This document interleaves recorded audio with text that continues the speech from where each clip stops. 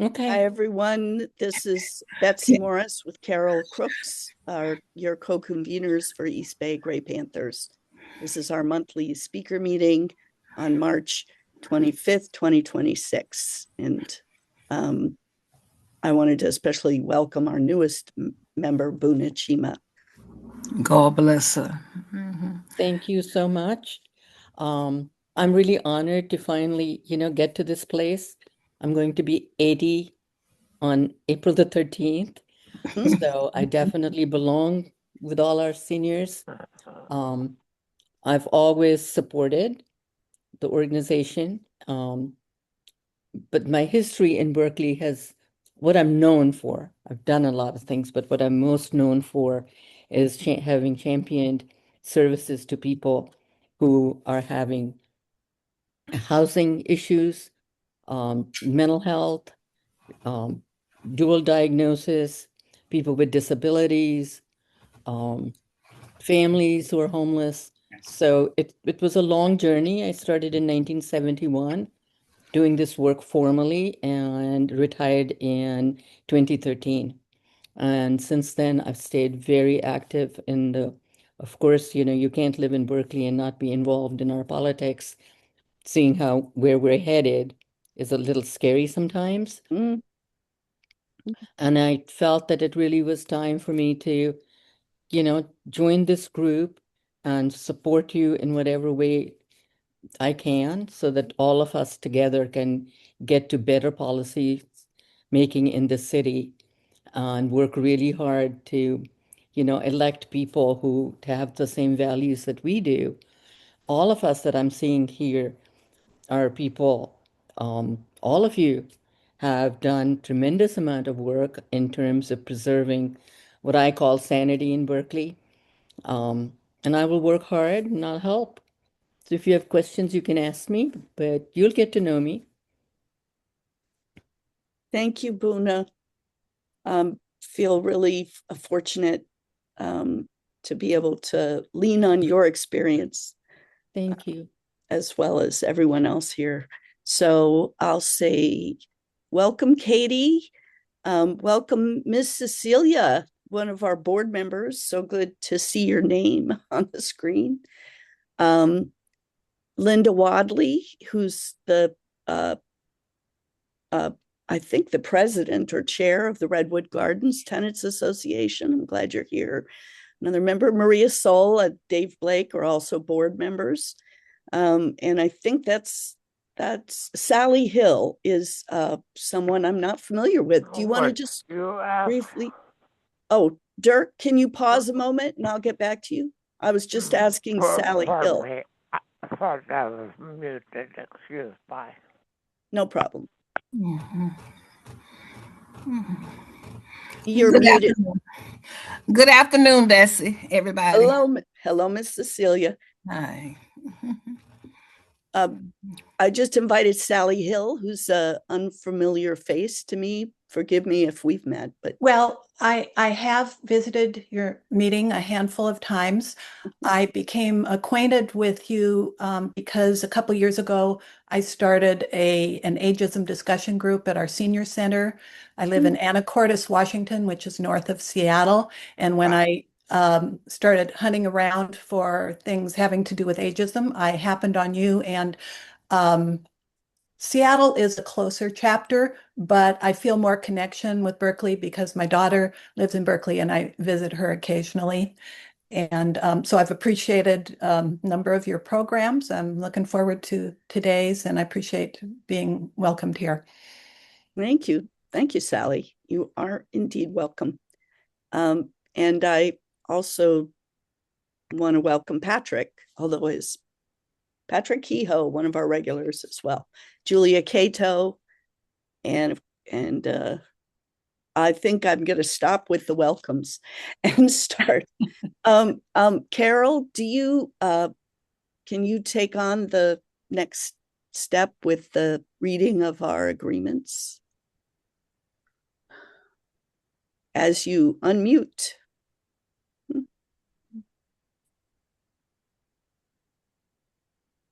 And welcome, Hadia. Sorry about that. The group agreements, one mic, meaning one person speaks at a time, accessibility, step forward, step back. If you share, allow others to share.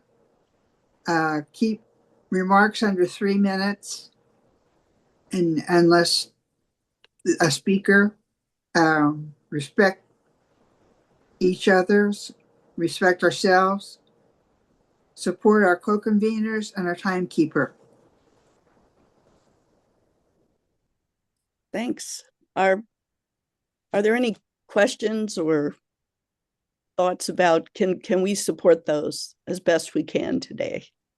Those are our board agreements, and we ask our members to also affirm them.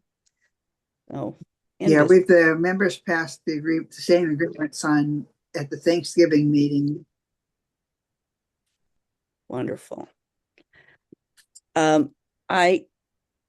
We have our guest here today, Hadia Miriam, who is a person who introduced herself to Grey Panthers and to our chapter, I think a couple months ago. I have your video, I think, ready to show. You might be able to show it better, Betty. Hadia, do you have a link that you have the power to also share your own video? But do you want to say a few words? Or would you like me to say a few more words before you get us started on the first part of our program? Hi Betsy, hi everyone. So yeah, my name is Hadia. So yeah, you can say a few more words if you'd like. I think I shared the video with you, so if you wanna share it, that's totally fine too. Okay, it's gonna take me a little few seconds to pull it up, but I need to say that this, when we call this Women's History Month, and for me, I love to celebrate living history. And Hadia is got inspired by learning about Maggie Kuhn, the founder of Grey Panthers. Obviously, she's not the only strong woman leader in the organization, either back at the beginning or now. Many people were inspired by her. And so I saw this as like, here is a younger person being inspired by something that we here today have been inspired by. I don't know which of us ever met Maggie Kuhn or Lillian Rosenthal, who is a founder of the Berkeley chapter, or any of the people who've been leading this organization or creating good trouble with this organization. But we're in good company, and it meant a lot to me to see the, links in the chain, the hand clasps across generations. Hadia is a high school student in Illinois. I'm blanking on your name again, but your history teacher apparently exposed you to the Panthers, and you decided to do your sophomore history project, or a pretty impressive and ambitious goal. And when you sent me the first draft, I thought, we got to show it today. So I'm honored that you could be with us and make sure I've given your correct information, and be happy to hear the presentation of your video. And it's about 15 minutes or 10 minutes, and then we'll have time for questions with the director. So that, I think, turns the video to me. Any last words? Just remember to hit the share audio button. This video. Yeah, that's what I'm going to have to be reminded of. Okay. Welcome, Hadia Miriam. That was our Margot. Can you see everyone's faces, Hadia? Because I can see everyone. Okay. All right. Yeah, thank you so much for the introduction, by the way. That was very kind of you.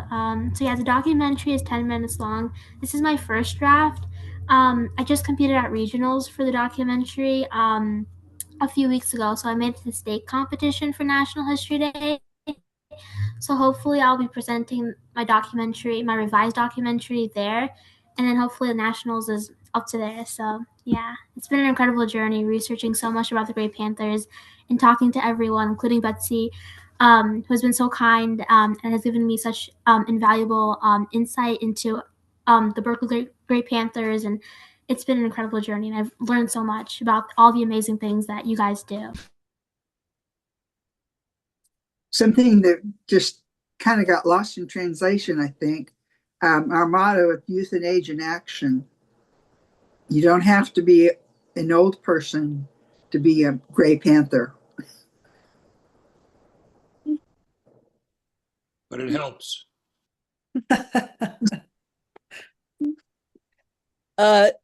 And we have been remiss in not having as many allies among, the younger folks that we know. But we do have a little mix. I am struggling here a little bit, forgive me, friends, with opening the video and sharing. So I just have to find the different parts. Someone else is sharing. So Rains, I think you might be the person. Usually we're open to sharing. We don't have any one person at a time. But if I go ahead and share, then I can, yes, I'm going to be stopping whoever else is trying to share at this point. And we have this, and we have share sound, optimized for video sharing. I should be fully stopped now, I think. Thanks. And I need a password. That's new. There you go. Okay. Voice isolation is turned off. That's fine. Excuse me, all. Should have practiced this more. Can you make it the window bigger right now? Includes a lot of your background. I'm trying to find out how to do voice. Don't worry about voice isolation. Well, okay. Okay, I'll just. I don't eat like some people. Some people eat like a damn pig, but I don't. I just eat along ordinarily. My name is Howard Dury. I was born in 1889, and I'm 82 years old. Well, there's an old saying that when you get old, why, and nobody wants you. That's the truth. So nobody never bothers you after you get old.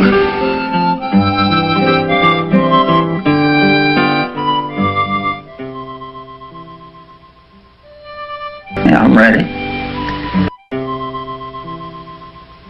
At a time when older Americans were expected to vanish quietly from public life, Maggie Kuhn transformed forced retirement into a revolution. She founded the Grey Panthers to fight ageism not just as discrimination against the elderly, but as a structural injustice tied to racism, sexism, economic inequality, and political neglect. Through activism, reform, and resistance, she reshaped employment law, nursing home oversight, media representation, and intergenerational activism. This is the story of a movement that proved protest, reform, and revolution have no expiration date. After World War II, America became increasingly youth-centered. Federal programs like the GI Bill prioritized young veterans. Economic growth emphasized speed, productivity, and modernization. Aging was framed as decline. As a result, mandatory retirement policies were widespread. Workers were forced out at age 65, regardless of ability or desire to continue working. Older Americans were portrayed as dependent and burdensome. In 1967, the Age Discrimination in Employment Act sought to address these inequities, but weak enforcement left many employers free to ignore it. Meanwhile, institutional care for seniors expanded, often with devastating consequences. By 1970, over 1.3 million older Americans lived in nursing homes. Many facilities were understaffed, profit-driven, and minimally inspected. Abuse, neglect, overmedication, and loss of autonomy were common. Hospitals mirror the same problems. Older patients dismissed, excluded, and treated as burdens rather than human beings. Despite this widespread suffering, society largely ignored the plight of older Americans as they became increasingly invisible. In 1970, Maggie Kuhn turned 65. That same year, the Presbyterian Church forced her into retirement. Despite decades of experience, she was told she was done. Her retirement gift? A sewing machine. Furious, Maggie saw the deeper injustice. Geratophobia is the illogical, unreasonable fear of old people and of getting old. And we have an epidemic of it. She gathered 5 recently retired friends to discuss age discrimination, holding their first meetings in a small janitor's closet. The group called themselves the Consultation of Older and Younger Adults for Social Change. Within a year, membership had grown to over 100, showing the immediate resonance of their mission. In 1972, a TV producer suggested a catchier, bolder name, the Grey Panthers, inspired by the radical energy of the Black Panthers. The name signaled urgency, confrontation, and refusal to be ignored, perfectly reflecting their activist spirit.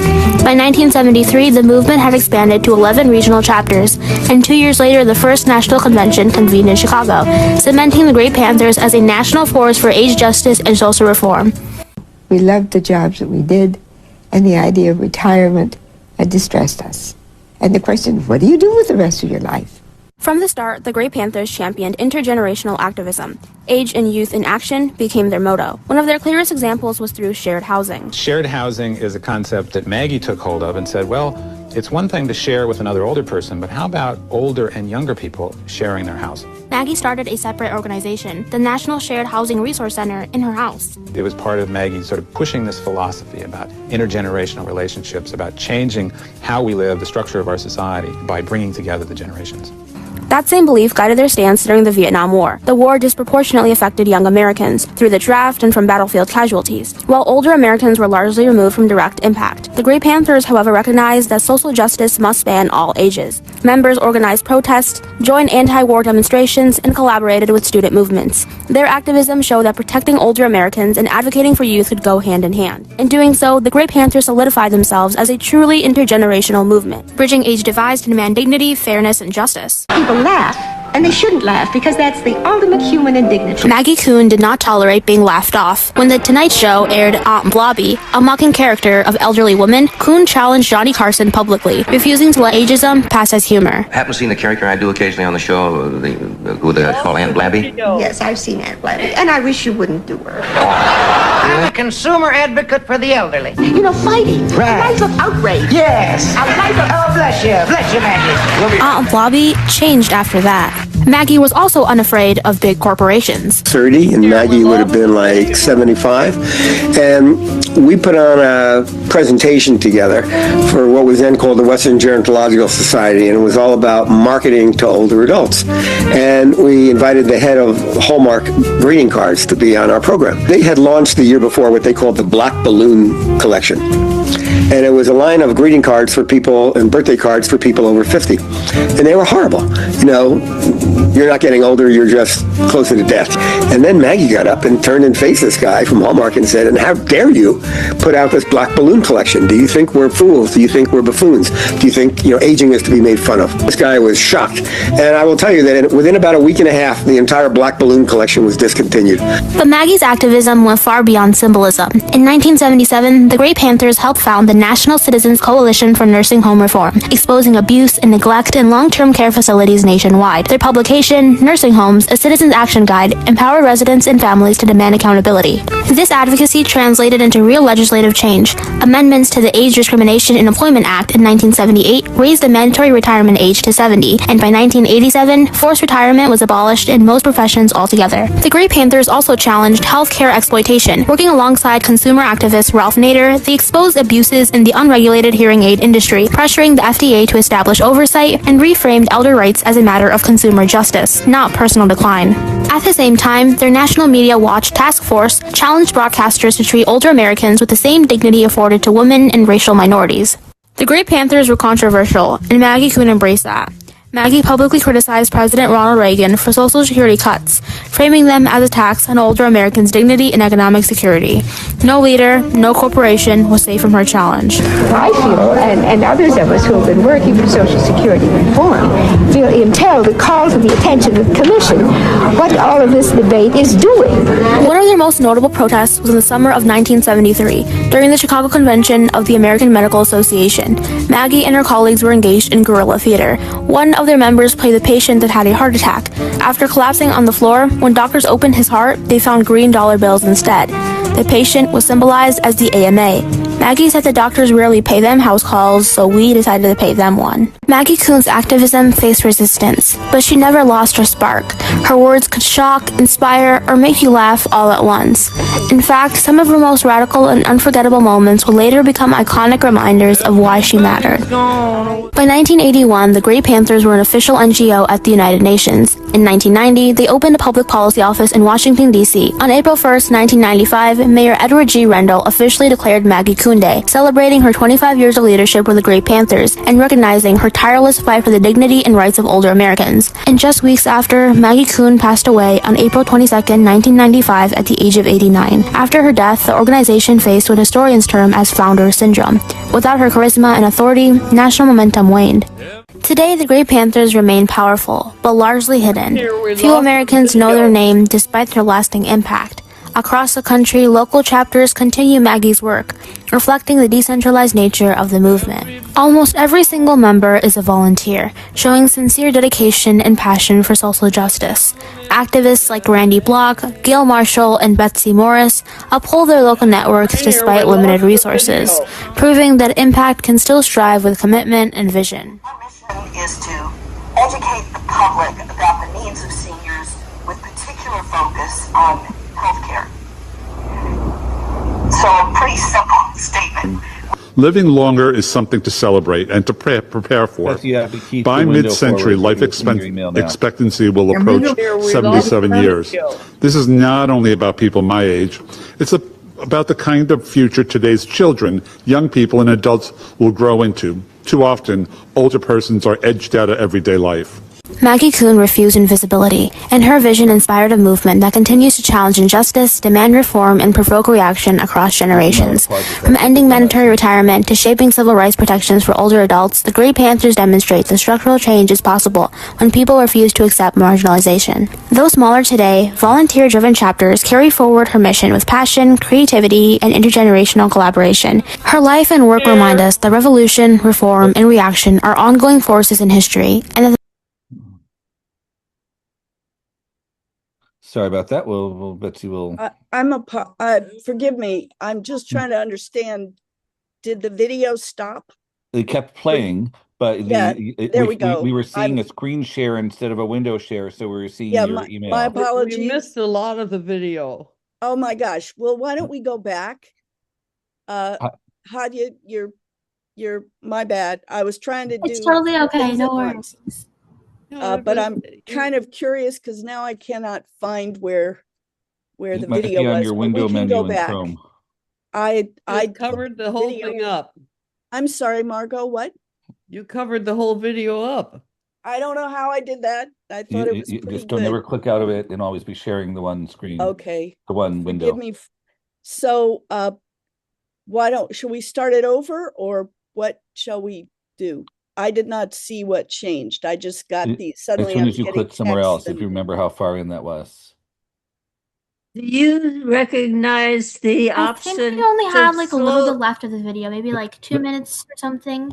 But people missed the visuals, is what I'm getting. It was there for at least 5 minutes, so. I was able to see visuals. Yeah, until some point, until something is switched, so. And usually, yes. So I'm gonna start in the middle is the best I can do, but first I have to find my tab because I'm just juggling. Would you want me to share it? Would you want me to share it, Betsy? Yeah, would you? Yeah, of course. I just thought it might not be as good of a link. So I'm just here's the video. You're not sharing yet? No, not yet. It's going crazy. Maybe let's let Hadia just run it. Okay. Sorry, I have too many tabs open. Leave. We're just gonna. And Norma's request to slow it down some. It's a lovely frenzy with a lot packed in there. Hadia, can you slow this down?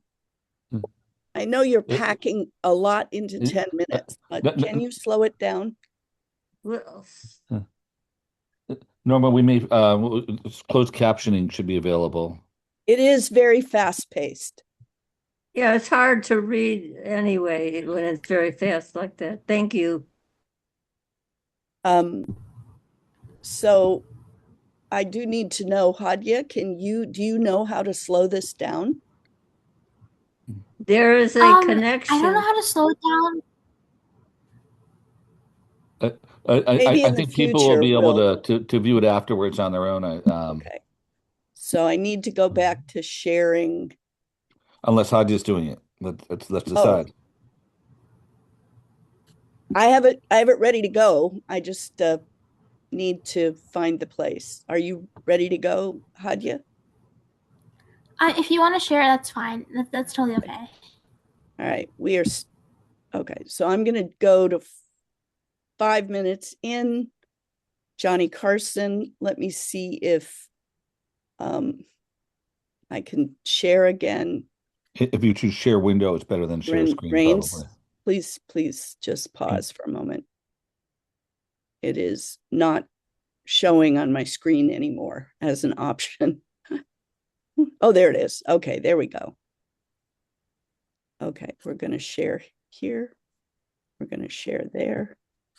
I'm going to click on, and it should 30, and Maggie would have been like 75. And we put on a presentation together for what was then called the Western Gerontological Society, and it was all about marketing to older adults. And we invited the head of Hallmark greeting cards to be on our program. They had launched the year before what they called the Black Balloon Collection. And it was a line of greeting cards for people and birthday cards for people over 50. And they were horrible. You know, you're not getting older, you're just closer to death. And then Maggie got up and turned and faced this guy from Hallmark and said, and how dare you put out this Black Balloon Collection? Do you think we're fools? Do you think we're buffoons? Do you think, aging is to be made fun of? This guy was shocked. And I will tell you that within about a week and a half, the entire Black Balloon Collection was discontinued. But Maggie's activism went far beyond symbolism. In 1977, the Grey Panthers helped found the National Citizens Coalition for Nursing Home Reform, exposing abuse and neglect in long-term care facilities nationwide. Their publication, Nursing Homes, a Citizens Action Guide, empowered residents and families to demand accountability. This advocacy translated into real legislative change. Amendments to the Age Discrimination in Employment Act in 1978 raised the mandatory retirement age to 70, and by 1987, forced retirement was abolished in most professions altogether. The Grey Panthers also challenged healthcare exploitation. Working alongside consumer activist Ralph Nader, they exposed abuses in the unregulated hearing aid industry, pressuring the FDA to establish oversight, and reframed elder rights as a matter of consumer justice, not personal decline.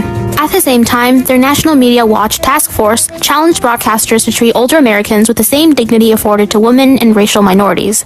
The Grey Panthers were controversial, and Maggie Kuhn embraced that.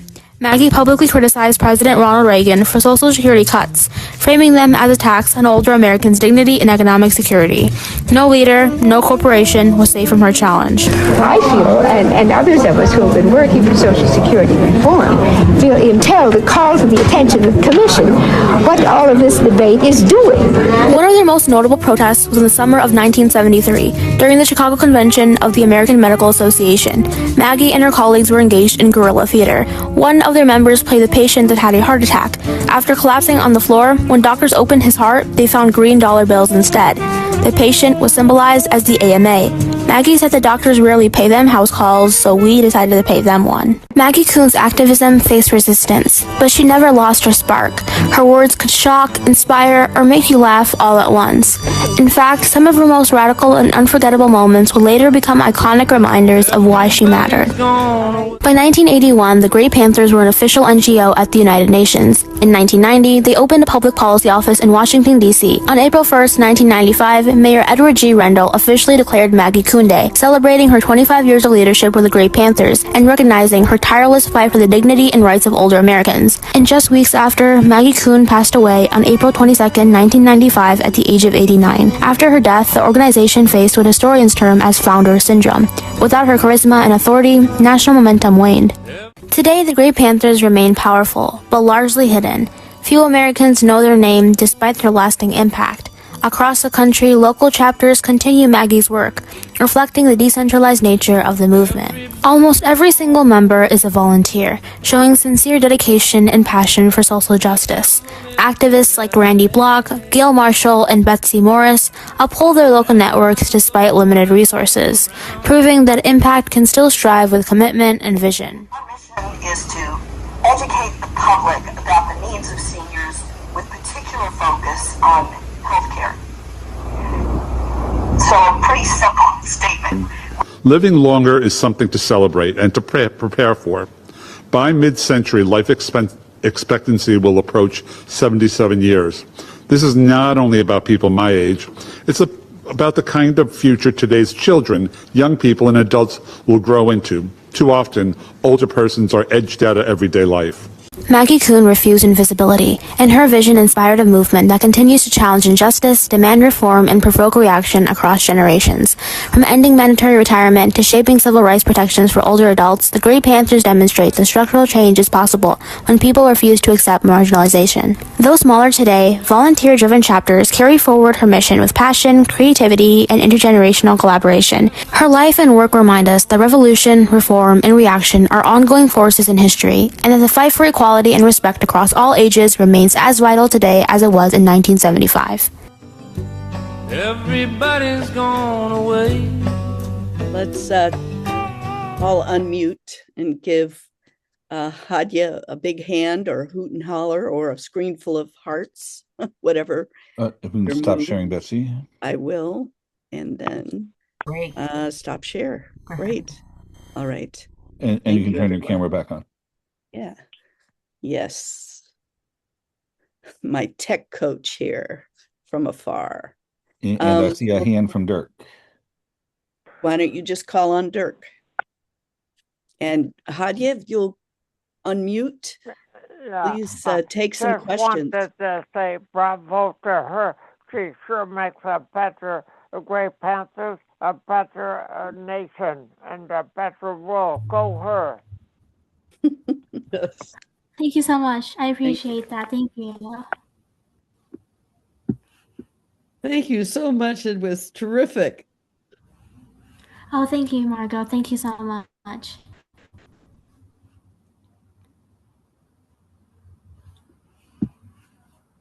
Linda would be next. Thank you, Hadia. You did a great job. Hi. Yeah, Linda Wadley, Chair of the Redwood Gardens Tenants Association. Are we going to be able to get a link? I'd love to show this at our next Tenant Association meeting. And we have a real history. We exist because of the work of the Grey Panthers in the city of Berkeley here as senior and disabled housing, HUD housing. So I would love to, are we going to be able to show this? You know, going to get a link? Of course, yeah. I would love to. Sorry, were you saying something, Betsy? No, I was just encouraging you. I think we have a lag. Oh, sorry. I was just saying, of course, I'd love to share the link with you. Actually, I'll hopefully have a better version of the documentary by the end of April. So I would also love to share that version of you. That will be a much better audio quality because I'm going to state competition in the end of April. So I'll share that link with you, definitely. Thank you so much. How are we going to do that? Is it going to come through Betsy and the Grey Panthers? You're going to send it out? Well, as long as you're okay with it, Hadia, I can share the link to the draft that you sent that we just watched. And then I think anyone who wants to reach you or to get updates, where would they? Yeah, of course. I can also write my email down, and anybody can also email me for copy or any materials that they need to for the documentary. We'll have the draft just attached to this meetings page on the website afterwards when we put up the recording. So I will try to put something in chat, but there's multiple ways. The challenge is, I have to move your link from chat to chat. But the main thing is in chat, we'll get her email for people. Someone asked if it was on YouTube. Could you answer that?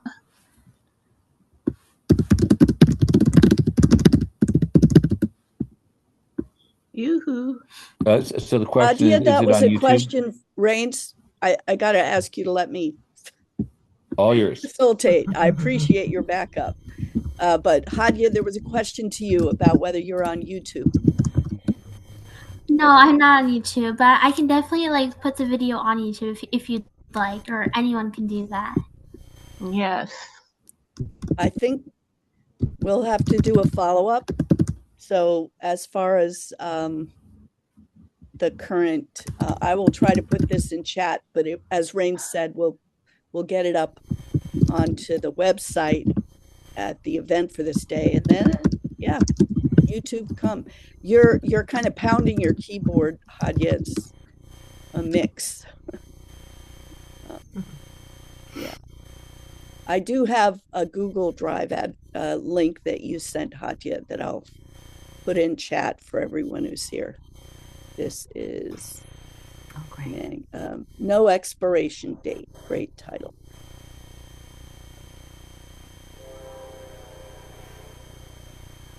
Great. Thank you. Are there other questions? I have a few myself, but let's get back to the Zoom. I see Margot and Maria in queue. Oh, great. Margot, and actually Maria, who hasn't spoken yet, and then we'll start working our way through. Well, I just want to thank her so very, very much. And I want to hear Margot. it's just, I'd like to know how we can support you to win that award. Great question. That's sure. And we all get older and manage not to die. So thank you. And how do we support you? Oh, thank you so much. Sorry, I didn't hear you the first part of your question because my audio cut off. Could you repeat that again? Yes, it's just to thank you and to ask how we can support you to win that award. You know, it's like, no, you're so sweet. Thank you so much. No, because it's like, when someone comes out with a book, they manage to, buy a bazillion copies and then it becomes first on the list or something. What can we do to support you so that you win this award? People need to see this. Thank you. I definitely agree with you. I think that the more people that see not only the documentary, but the impact and the work that the Grey Panthers are doing is so vital today. And that's like the number one thing that like has made me put in so much work for this. And I want so many people to see this. And if I could go to nationals, for the competition for the documentary, that would be a huge honor because that means that so many people will be able to see this documentary and learn more about the Grey Panthers. So I guess, and ways to support me, I would just ask if you have any comments or any suggestions about ways that I can make my documentary better, maybe like editing advice or advice that you personally have. I would appreciate that so much because I'm just trying to make this like as best as I can so that I can succeed like at the competition. Great questions. I think your email that you put here is, if you could say it out loud, not everyone can read the visuals. Your email is Miriam. Yeah, of course. Yeah, why don't you spell it out? Or my email is Miriam. So my email is miriamhadia87@gmail.com, and I can spell that out. That's MIRIAMHADIA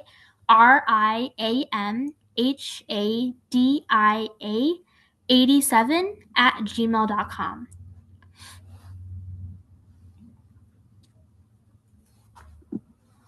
Great. Michael has your hand up. Yes. I think it's terrific, Hadia, and I hope that you win the prize and eventually put it in a lot of film festivals, and maybe even get it on PBS. I'd like to make a suggestion that you put a copyright symbol in your video on the credits so that people cannot copy it. You have a little C in a circle with your name and a date after it, and that prevents people from making copies without your permission. Yeah, thank you so much for advising that, Margot. I'm actually like in the process of going through like everything with the copyright and everything. I have an annotated bibliography with all my sources in it too, so I have to like finalize that. So I'm looking through like all. Do you know who? Maybe you know Jan Bendor. No, I don't. Oh, She's she's our somebody. national. Yeah, she's amazing. She was telling me about like copyright issues and like all that, and so I'm like basically going through everything, making sure like everything's like sorted, source like properly. So that's why it's like my draft right now. So I'm definitely gonna keep that in mind. Thank you. Yeah, well, all you really need is a symbol, the name, and the date, and that prevents it. Before you put in all the paperwork and all that, that'll work just by itself. So, but I love it. I love it. I love it. It's terrific. You did all that work and find all those clips and everything. That's a lot of work, and it's just terrific. And thank you for doing it. Oh, thank you so much. It was an honor. It's truly an honor. Just FYI, Hadia, Margot is a filmmaker, videographer, parallel to Jan Bendor, who, for those who don't know, Jan Bendor I didn't know that. That's awesome. is treasurer of the National Council of Grey Panthers and chair of the housing committee, and also a filmmaker, a videographer. I believe she's done videos in her chapter is Ann Arbor Ypsilanti, and she did a whole expose of programs around corruption and the water issues in Detroit, about the, shenanigans, white, what do they call that? Emergency powers. Anyway, it's a series that aired out there in Michigan. Anyway, there's such a talented group of folks. So please send Hadia your suggestions. I actually do want to ask that if there's a way you could just slow the movie down for those of us, honestly, and I am one of those people, I can process fast, but it is very quick. You met that 10-minute mark, but maybe for public consumption, you want to add one that's a little slower. Without re-recording it, you might be able to do that. Can I ask my question? Yes, Norma, you'd like to ask a question, and then Dirk. Hadia, I made positive comments about your work in the chat. It was wonderful. What do you think about the speed? Do you find that the speed of your speech in the presentation today was greater than you might have thought it should be? Oh, hi Norma. Thank you so much for your suggestions. I actually do agree with you. It is very, very quick. I personally have to do a lot of revising with that, like making my script shorter because I have a lot of information to add. No, so I'm not saying that. I'm saying that the speed of the speech that went along with the presentation was too great. Have you ever seen the comedian John Oliver? Well, anyway, he talks so fast. He's so wonderful and he talks so fast. And he does have this thing and access on his show where I can slow it down and listen to it at a speed that works for me. But I just wondered if you thought that the speed of what was shown today was greater than you intended, the speed of the speaking.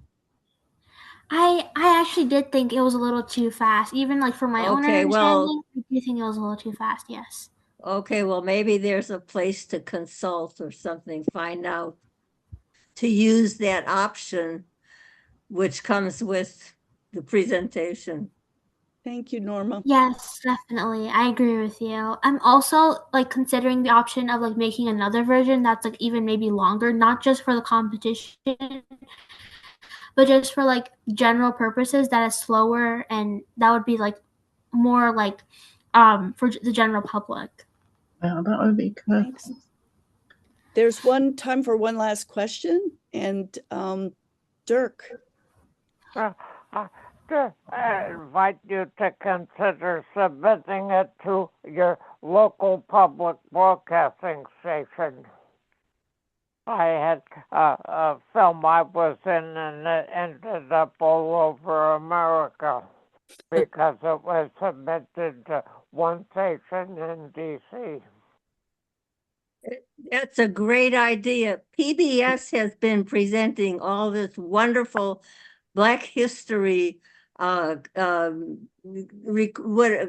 compilations. They're irresistible. You know, they tell you, what did you learn in school about Black history?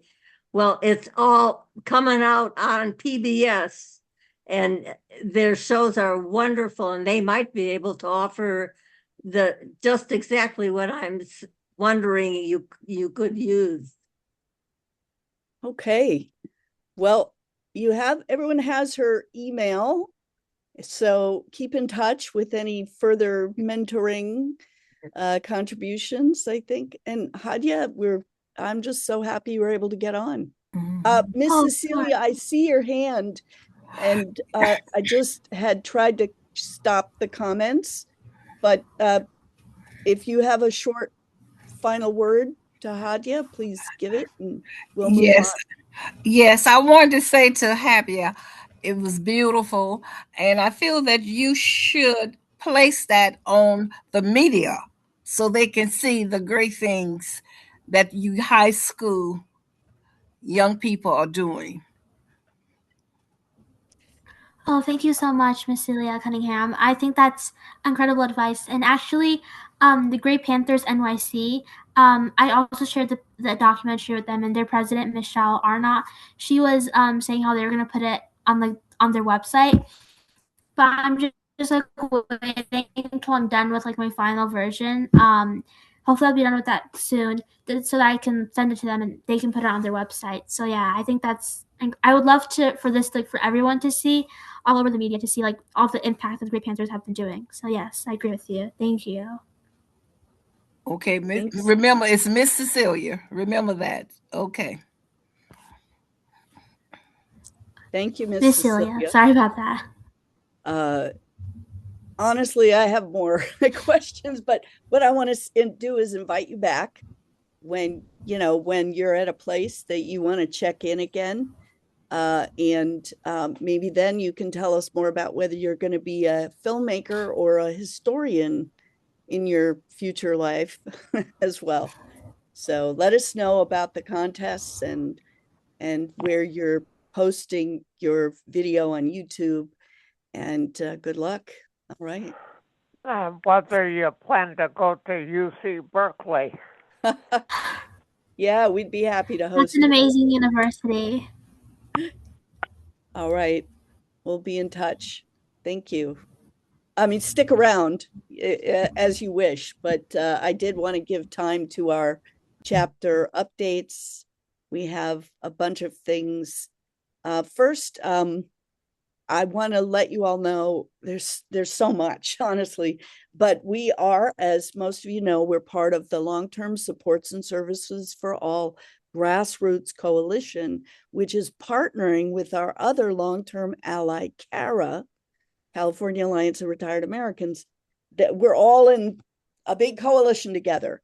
And 3 of us went up to lobby in Sacramento to defend Medi-Cal, which is our state version of Medicaid.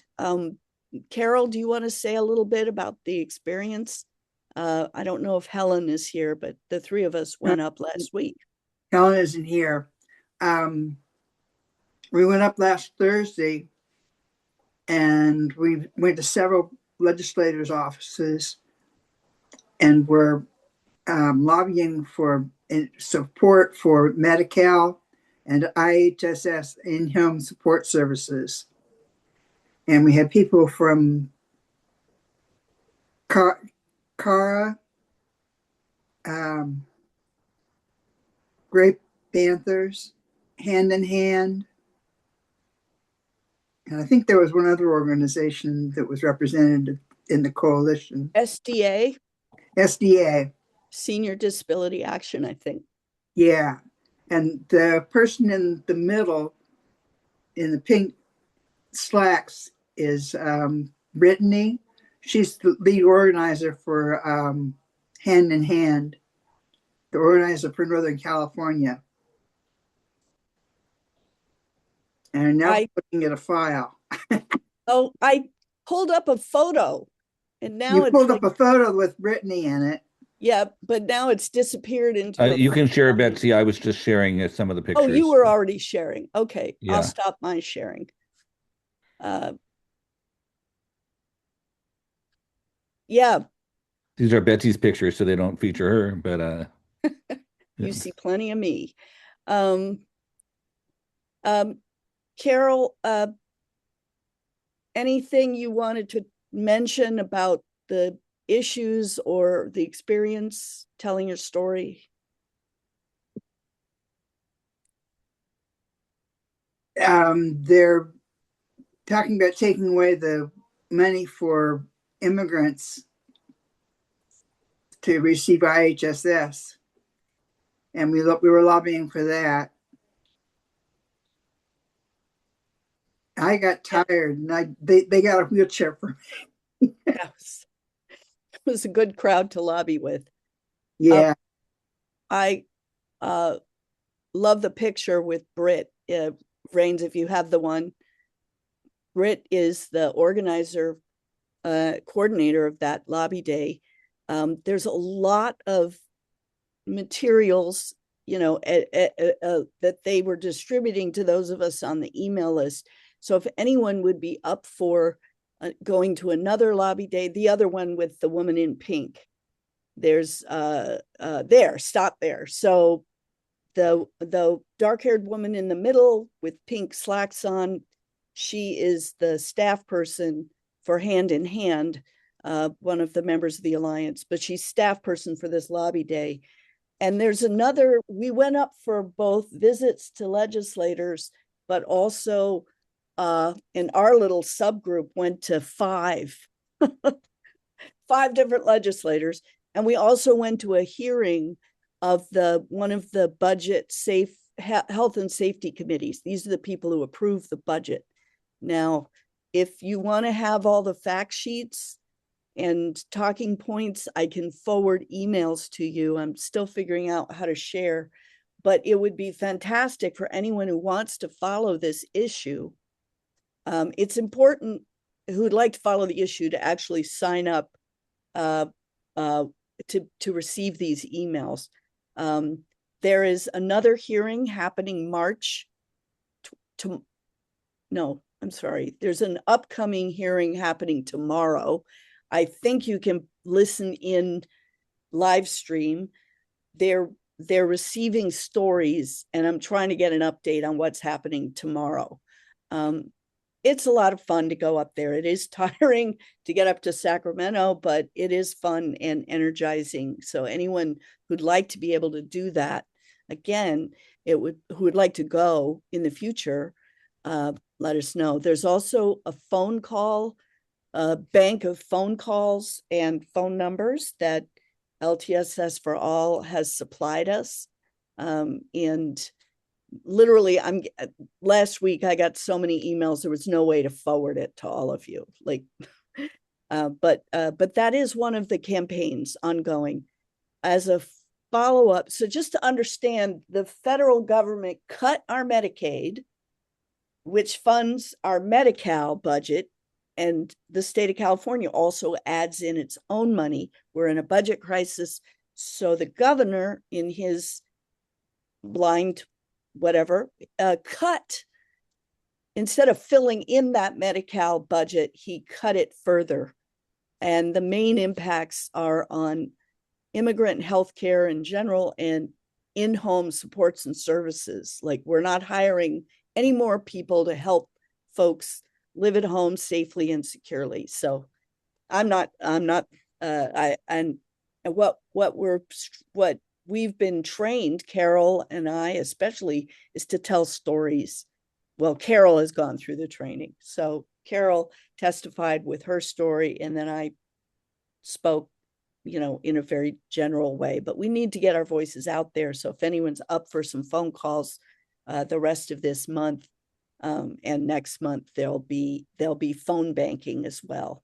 So if you all can text or just make sure I know you're interested in that, I'll try to connect you with Britt and the other local staff people. Are we good with that for now, Carol? I'd like to move on to something kind of exciting. Before you get to your next topic, Betsy, Maria may have to drop out. Oh, so if there was something you particularly wanted her to share, now would be a good time. Why don't we're now at the part where there's certain topics, that Carol and I would like to update you on, but it's also a time for members to share announcements. So Maria and then Julia. Do you recall what topic you thought Maria would want to share about? She wasn't sure herself. There's so much going on. Yeah, Betsy, you had asked me, but I don't remember. But first, pertaining to your announcement right now about the lack of support for in-home supportive services, how does this, I don't understand, given that supporting people in home is so much less expensive than the cost of having me in a convalescent hospital. How is this actually helping the state or the city economically? I cannot comprehend. I'm with you in that incomprehension. Okay. And then you had asked me in one of our last meetings to either make an announcement or speak to, and I don't remember whether it was the elevators or whether it was the, building disrepairs. I don't remember. I'm sorry. I'll get to that. I just want to wrap up the sort of health lobbying that we're doing right now. But okay, I just won't be able to come stay back to the the very elevator end. thing briefly. Right. This was a hot issue. I didn't want to desert you is the point, but my phone is overheating. I needed Oh, the battery.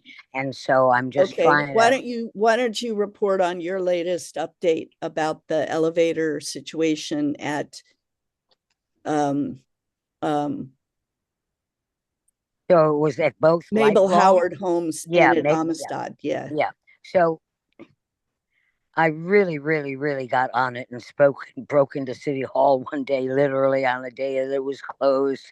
It's like, come on, you're building or trying to build skyscrapers, but you are letting the buildings that already exist fall into disrepair, so much so that the people in Mabel Howard did not have access to elevators for over a month, and people were trapped in their wheelchairs, and I literally witnessed the fire department having to walk up the stairs and carry someone down in a chair.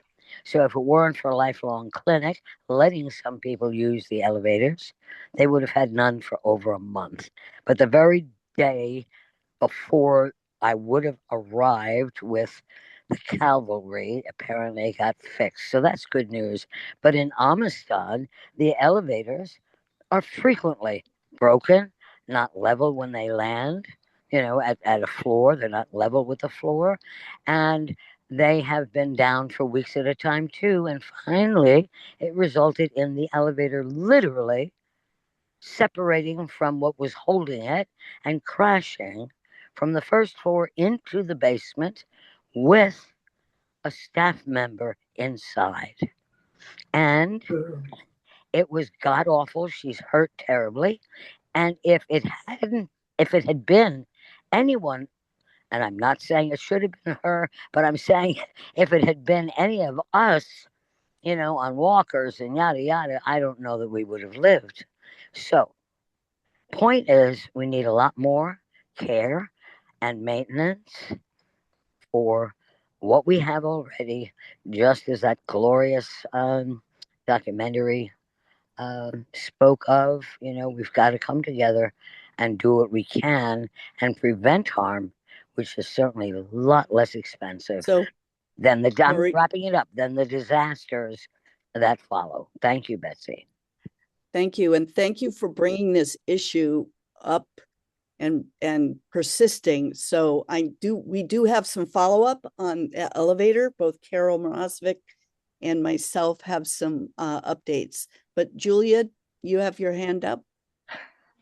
Yes, I wanted to know the bill number of what of the in-home support issue that you were in Sacramento for, so that we can write letters and make phone calls. It is specifically about the budget.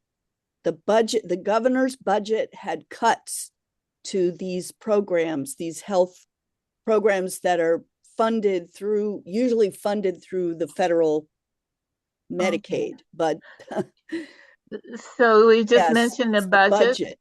Yeah, to say, and I can send you, I'm going to write your name down. I can send the talking points and phone numbers as well to you. And there's a bunch of information sheets. And there's also a recorded, Kara had a speaker last month, or just a few weeks ago, I should say, from the Justice in Aging. And that recording has been sent out to anyone who attended that meeting. Just to let you all know, that Kara, actually Hallie, Kara's an incredible ally and does a masterful job keeping up with all sorts of issues, but they had a speaker specific to this last week. So I encourage anyone who's a member of Grey Panthers is a member of Kara. Otherwise, if you're part of any kind of retirees group or any kind of club or nonprofit that has membership, or even nonprofit, you can join Kara with dues. And so I'm pitching for them. Anyway, thank you, Julia. It is the state budget that we want to draw people's attention to whenever and wherever we can in the next, through April. And then the serious negotiations will happen. Correct me, anyone who knows even better. So we have a saying here, health is housing, housing is health. So those are unitary issues in our mind. I urge everybody to make phone calls then to our representatives at least, and or to the governor for that matter. Not that he'll talk to you personally, because these do have some effect if enough people do them. Thank you. And Julia is one of our longest running members here in my own personal history, along with Margot. Well, Margot's our longest member here, I think. Okay. Julia, if you want to put your hand down. Oh yeah, that's always a drag. Now I got to check. Our agenda's been a little bit changed. I see Carol has stepped off, Carol Morozovic. I wanted to share that Carol and I were both part of this, and Grey Panthers is an official sponsor of a Medicaid, Medicare die-in that's being planned with about a dozen allies, including Indivisible and a number of other groups in Oakland. We're planning in Oakland. And out of that, we connected with the California Nurses Association and what's called National Nurses United. And I received recently, I'm going to pull it up here, a notice. Okay. Patients over profits. This is a national call convened by the National Nurses Union with this is not what I wanted to pull out. And it's a national call for universal health care, for Medicare for all. We know this campaign is perennial, but it hasn't risen to maybe they're taking leadership on a campaign they call Patients Over Profits. national organizing call is Tuesday, March 31st at 5 p.m.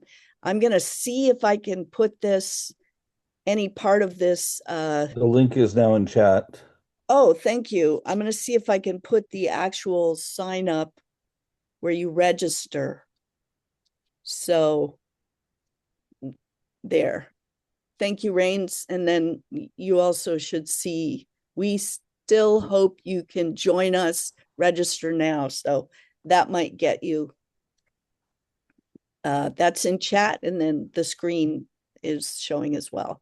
So that would be next week, next Tuesday, March 31st, if any of you are interested in that.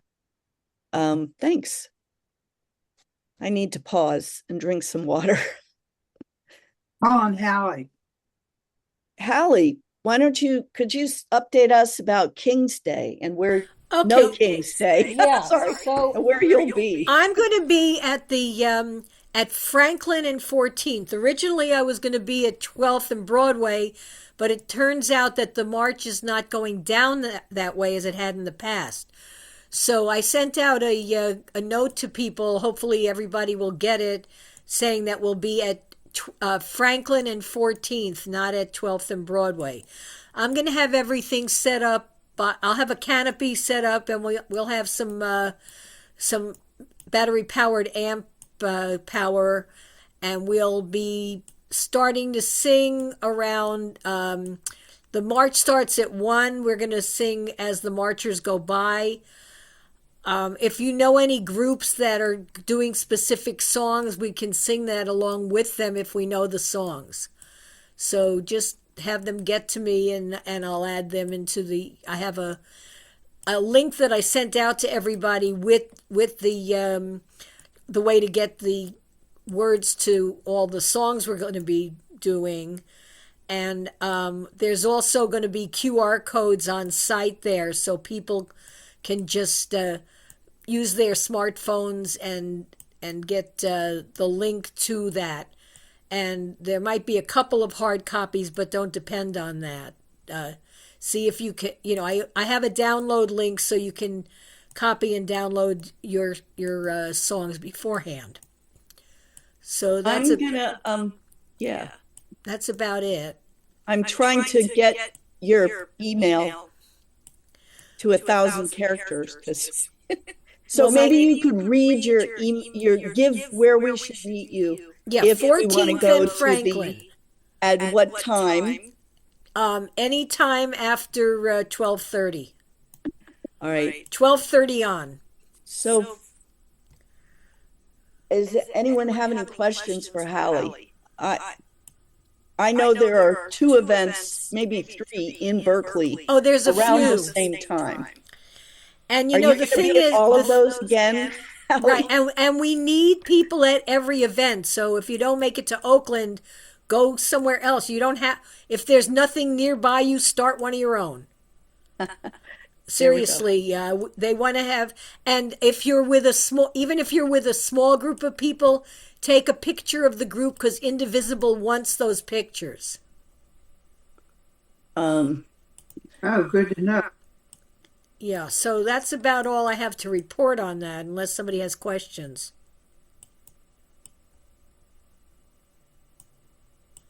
Okay, I'm posting. Yeah, I think it's pretty clear. If someone could read the chat. Or maybe you also want to announce some of your other events that people Okay, well, if any of you are free the day after No King's Day, I'm playing at the Monkey House with Rob Katz, who was also a very good political singer-songwriter. We're doing, not everything political, but mostly political music for this gig. And that'll be in the afternoon, so you don't have to worry about driving at night. It'll start at 3 p.m. And the Monkey House likes reservations ahead of time if you can. Otherwise, just show up.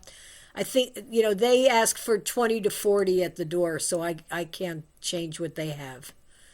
But it should be a really good performance and day we're looking forward to playing. And what then time? That's at 3 p.m. at the Monkey House, which is on... 2? What? Did you say 2 p.m.? 3.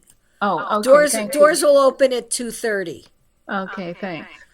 And if any of you want to come to my birthday party, that will be on April 5th at my house.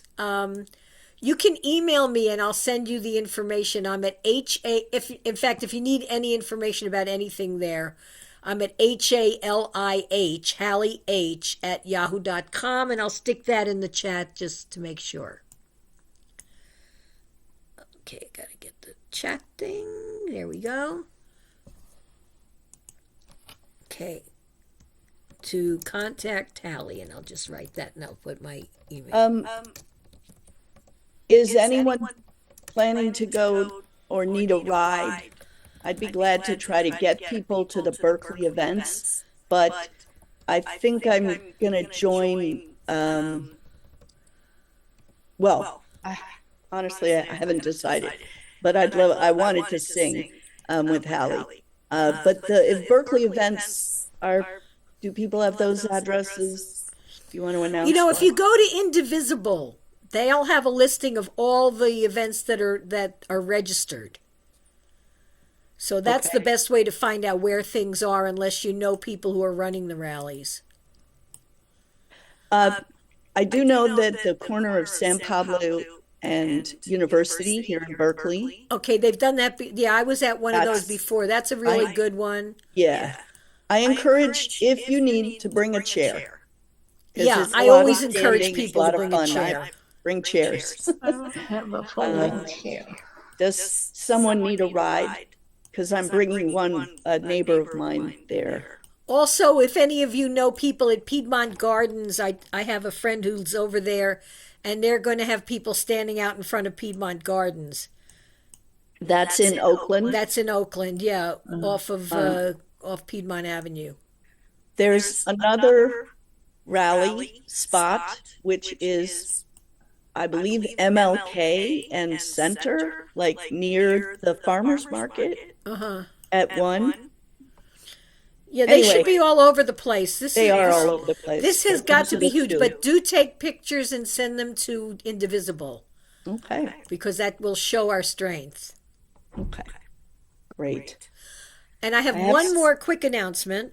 Yeah. I've been doing postcards, and I went to get stamps at my local post office here in Berkeley yesterday, and they have no more the guy said that people are sending out so many get out the vote stuff that they are out of postcards in all the Berkeley post offices. So you can either get them on mail, or if you know anybody who has postcards, get it from them, because but you can order them online too. It used to be that Costco had some stamps at a discount. I'm not sure if it was. Well, the ones at Costco are just regular regular postage, because I get mine there. What are you writing postcards for?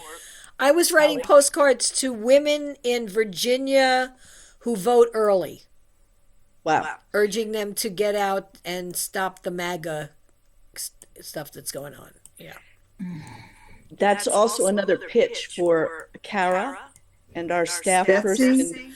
Yeah. Oh, and Kara will have a table out at where I'm singing. So if you don't know much about at 14th and Franklin, Kara's going to come and they'll have a table there. So if you don't know much about Kara and you want to find out, you can find out from them that day. And Hallie, what is the date? The date. The No King's Date. Yes. Is this Saturday, this Saturday, March 28th. Thank you. And like I said, you can get a lot of information if you go to Indivisible. .org. I believe it's .org. Yes. I'm hearing a bad echo when I speak and Julia speaks, or I'm asking for some tech support of how to eliminate that. Well, if everybody, it may be. Let me see. You're fine, but it stopped. I'm going to deliver these things. I muted myself and it stopped, right? Might be somebody else too, but yeah. Well, thank you, Hallie. Thank you very much. I feel like I need a few minute break. And so anyone who's needing and wanting to, converse or ask. 7th inning stretch. Yeah. Usually we go on till at least 3:30, but I just need a little break. Oh, and we'll have more announcements. Yeah, one more thing, because I don't know if I'm going to be able to stay on.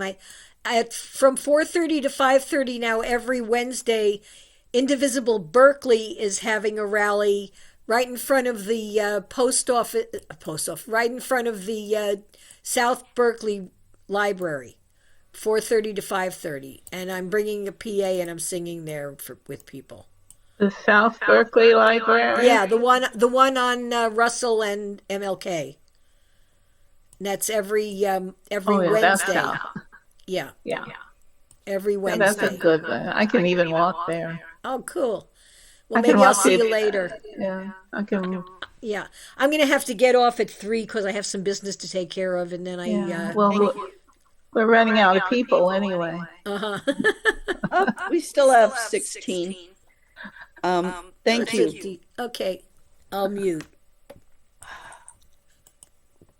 Carol, did you have any announcements or events that you want to? No. Okay. I did want to say that Carol Mrazvik, who actually helped to craft Berkeley's elevator ordinance, we passed it, the council passed it. The elevator ordinance has fines and renters, has fines for landlords who don't repair elevators. We've done a little research, or I have, to say that this is a national crisis.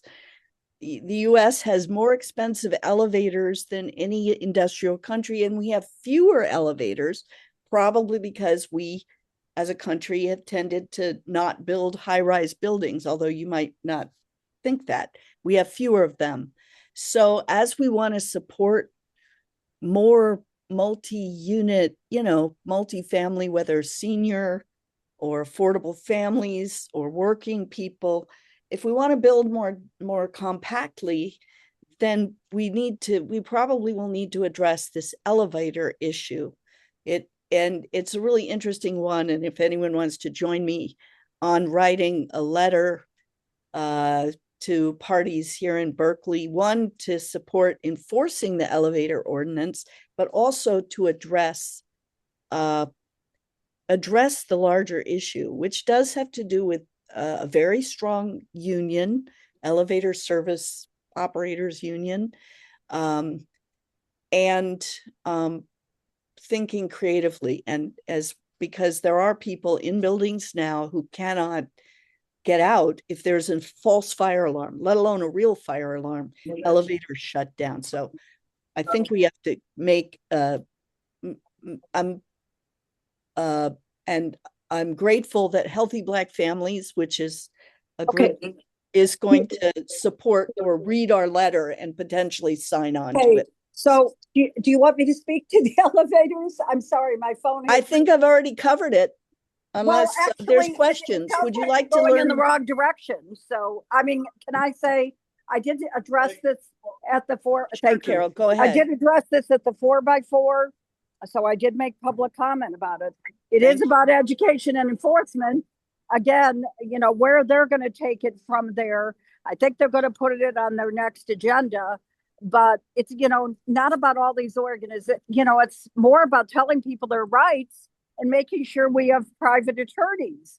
I know that one person had suggested, well, the city attorney should be taking this on because they can be litigating it too. This ordinance is airtight already. There's really no additional law that has to be passed. It's really clear that people have to be relocated that are dependent on the elevators from medical or disability or illness reasons within 24 hours. And it's also clear that if the elevator isn't being repaired, that people are entitled to a certain percentage, a certain amount of money per day, up to, I believe it's up to the $10,000. So it's very, very clear. And attorney's fees are covered under it we just really need to identify local attorneys because the city attorney is overworked right now, overextended with so many cases. They can't take this on. And people just need to know about their rights and do it. So, and we need to have because once attorneys that know this area identify this law and cases get started, I think you're going to see that elevators will get repaired a lot faster. I mean, all these problems wouldn't be going on where the people are wealthy in the buildings. They probably have contracts that get prioritized first because they make more money. And I made it very clear at the 4x4 that both affordable and market rate housing is elevators are down, because I even heard a report from Linda Mayo stopped me on the street, former council member Linda Mayo, about somebody building market rate housing near her business where the people are in wheelchairs are being stuck in the building because the elevator is down too long. So it's just about the education and the enforcement of this strong law. Thank you. Bye. I'm sorry. Forgive me, Carol. I did sort of bypass the fact that it's a very strong ordinance, and any of you who are in touch with people in Berkeley with elevator troubles should let them know, and we potentially help us make an educational campaign that tenants in multi-story buildings have the right to have access if the elevator gets broken. And this is since 2018. It's not a new law. It's like so many other Berkeley ordinances that just aren't being enforced. So if anyone, yeah. So I think thank you. Why Julia? couldn't we just flyer all of the buildings and inform the people, the residents, of their rights? Great idea. But they need to know where to go when their right is violated, because the only thing the rent board or anybody else is going to tell them is this is the law. And the question is, how are they going to enforce it? And when attorney starts taking on some cases successfully, elevators are going to get repaired faster. There's going to be more attention to it. Well, I think if we just tell them to contact an attorney, I mean, I think that they'll fix the elevator if some attorney just calls them and informs them that we are aware of the law, and it's going to cost them a lot of money if they don't start fixing the elevators. So I think, Julia, this is really important. If you can design a flyer, or you can identify lawyers who would be willing to take this on, or if we can identify someone who can design a flyer, we certainly have a budget to make copies.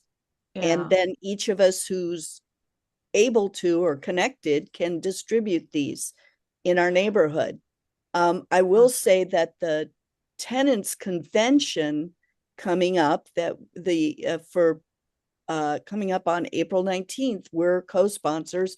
We can have a table at that event and distribute flyers, but we need volunteers to create a flyer. Yeah, I wish we'd call that the rent board convention instead of the tenants convention. I That's used a different issue. Julia's long time with the Berkeley Tenants Union. I kind of agree, but that's the name it's call it the tenants convention. Is not explanatory. So if you know someone who can do a flyer and come I can work on a flyer. Do you want to work on a flyer with me, Carol? Did she leave? Carol?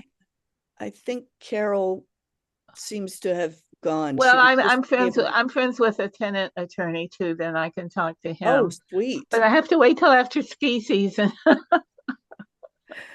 The April 19th would be the drop dead date for also getting it in front of the tenant, the convention, the rent board convention that we're hosting. Arlene, welcome. And Arlene, our member who's very involved in everything in Oakland, especially, and nationally, I've gotten there's definitely an interest in having the Oakland Tenants Union be a speaker at the Berkeley Tenant Convention or Rent Board Convention. So I'd love to talk to you about follow up on that and the idea of having a regional symposium, which you suggested. And NAACP wants a national housing symposium. So Arlene, do you want to say a few words about what you're up to on this, the housing front? Or whatever you're working on most this week? You don't have to speak, but you know. Yeah. There's just so much going on, and I'm listening to the elevator about the elevators, and one of the things that I've been kind of having a conversation about is that there's no one a place where it's all documented at. Because if we're going to be doing this as tenants, it's not just in one city, it's all across all of the cities where any housing is built.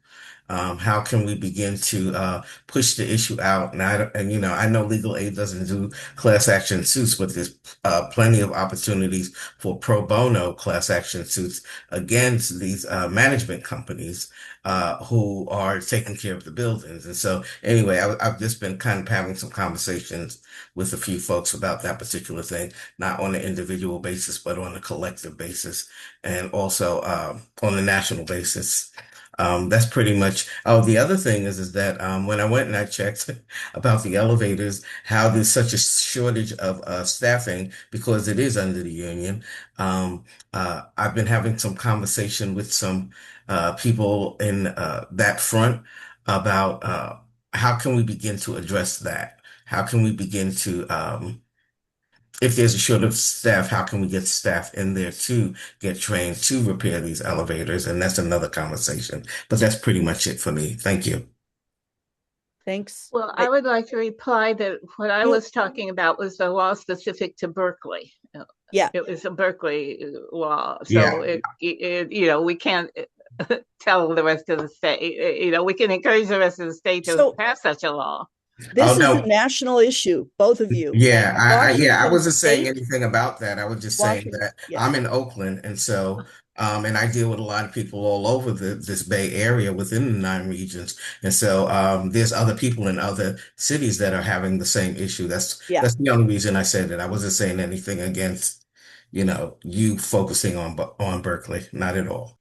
Well, it is spreading as an issue, and I'd be glad to share some of the articles, some of the findings about this. And I do see an action that another state has taken, but we are lucky in Berkeley. I see, Dirk, you've got your hand up. I just want to stop this idea that that's a problem with the union. The landlord hires a union. It is a landlord problem. And if the union cannot meet the landlord's request, a landlord can hire a union in another city. Anyway, don't beat up a union. Yeah, thank you, Dirk. I want to make clear this is not an attack on unions. It's just that when you look at why is it taking so long to get elevators repaired, it's not just because there's some landlord is too cheap. It's that there is a shortage of certified people who are qualified and certified to work on elevators. So it's a workforce development issue. And that's a bonus in a sense if we can get elevators in good service order for the residents, for us. And if we could support jobs for the next generation. So that's who I'm looking at that. It's not about attacking the union. It's about saying, hey, we want you to open more training slots so that people can have these top paid jobs repairing elevators, because we need those people out there. We're going to need more elevators. So I hope I'm respecting absolutely, Dirk, what you're saying, but the elevator union is a national union that qualifies people to actually be a certified repairman. Apparently it's not a wide open field for anyone. So that, but maybe I think we could all learn more. I don't claim to know it all. I just have read a couple of articles that opened my eyes a little. Anyway, I'm gonna stop on elevators. More demand on the part of the landlords would create more jobs for the union. So if the tenants demand that the elevators be fixed, then they'd have to hire more elevator fixers. I say we do a little study group, and while we work on that, let's find out. Let's find out that maybe we can have a conversation with the elevator operators union officials. And let's work. If I need to wrap this up, it's a hot issue. I'll bring it back. Let's talk about it again. But Julia, let's get together and work on a flyer for Berkeley. Okay. It's a regular apprenticeship system. Yes, it is. Building trades. It is. Yeah. And they have a lot of, they decide how big the union workforce will be. That is one of the strengths of our union system here.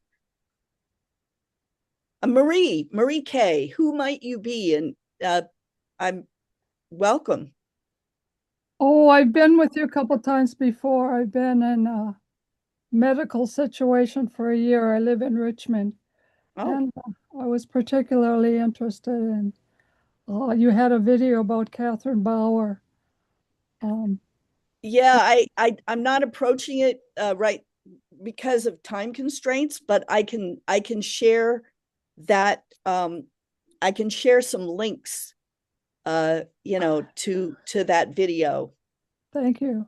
And I'm glad you recognized the name. Catherine Bauer Worster was the first. Anyway, I can't even do justice to her, but in the 1930s, she was a powerhouse for, and wrote much of the early authorization for federal public housing in the 1930s, in 34, which failed, 38 when it passed, and housing policy's been co-opted ever since. But she was a very notable, strong woman who was also an architect, a professor at Cal at one point. She studied what we now call and support social housing. She took lessons from Marie, maybe you give a 30-second pitch. No, I'll just say I think her papers are at Bancroft, because I was looking up for information about Atchison Village and I was directed to her papers. Oh, wow. Bancroft Library. Atchison Village being the largest cooperative actually in the East Bay. Sort of. A cooperative of 450 garden apartments built during World War II. Yeah, thank you, Marie. I'm glad you could make it today. Keep in touch. Dirk, your hand is still up. You would need to unmute, and then I do want to start to. Excuse mistake. Okay. Thank you, Dirk. I wanted to share that the tenants, the Berkeley Tenants Union, and the coalition of sponsors, there's about a half a dozen sponsors, including NAACP, Healthy Black Families, I think, is sponsoring Friends of Adeline, Young Democrats and Young Democratic Socialists at Cal, a couple of the unions at Cal. I don't have the list in front of me, but I will put up a flyer. And again, it's like dozens of emails that I'd love to have a way to forward to you all, but I need to curate. So if anyone's good with those kinds of figuring out how to turn 20 or 15 or 10 different emails into a compact package, we do need that assistance. All right. So, but I wanted to say that we agreed, the little planning team, that we are affirming housing as a human right out of the Charter of Human Rights. we're also, of course, we affirm from the get-go the Berkeley rental ordinance. But the housing is a human right, and then Tenants Together, which is the largest kind of coalition of tenants groups and housing justice groups in the state, has a California Tenants Bill of Rights that they have been, they've published on their website, tenantstogether.org, and I encourage you to look at it. It has not yet passed the legislature, but I personally like to have North Stars to think about. And the first element of that, I'll just keep saying it, first element of this proposed Bill of Rights is everyone has the right to a home. And from there, all sorts of good things can follow. So I invite you to go take a look at those, the California Bill of Rights, and we'll get back to the UN statements about housing and shelter. So get back on that. All right. I believe kind of hard to enforce, isn't it? It's about, let's talk about that. Is our laws the only thing?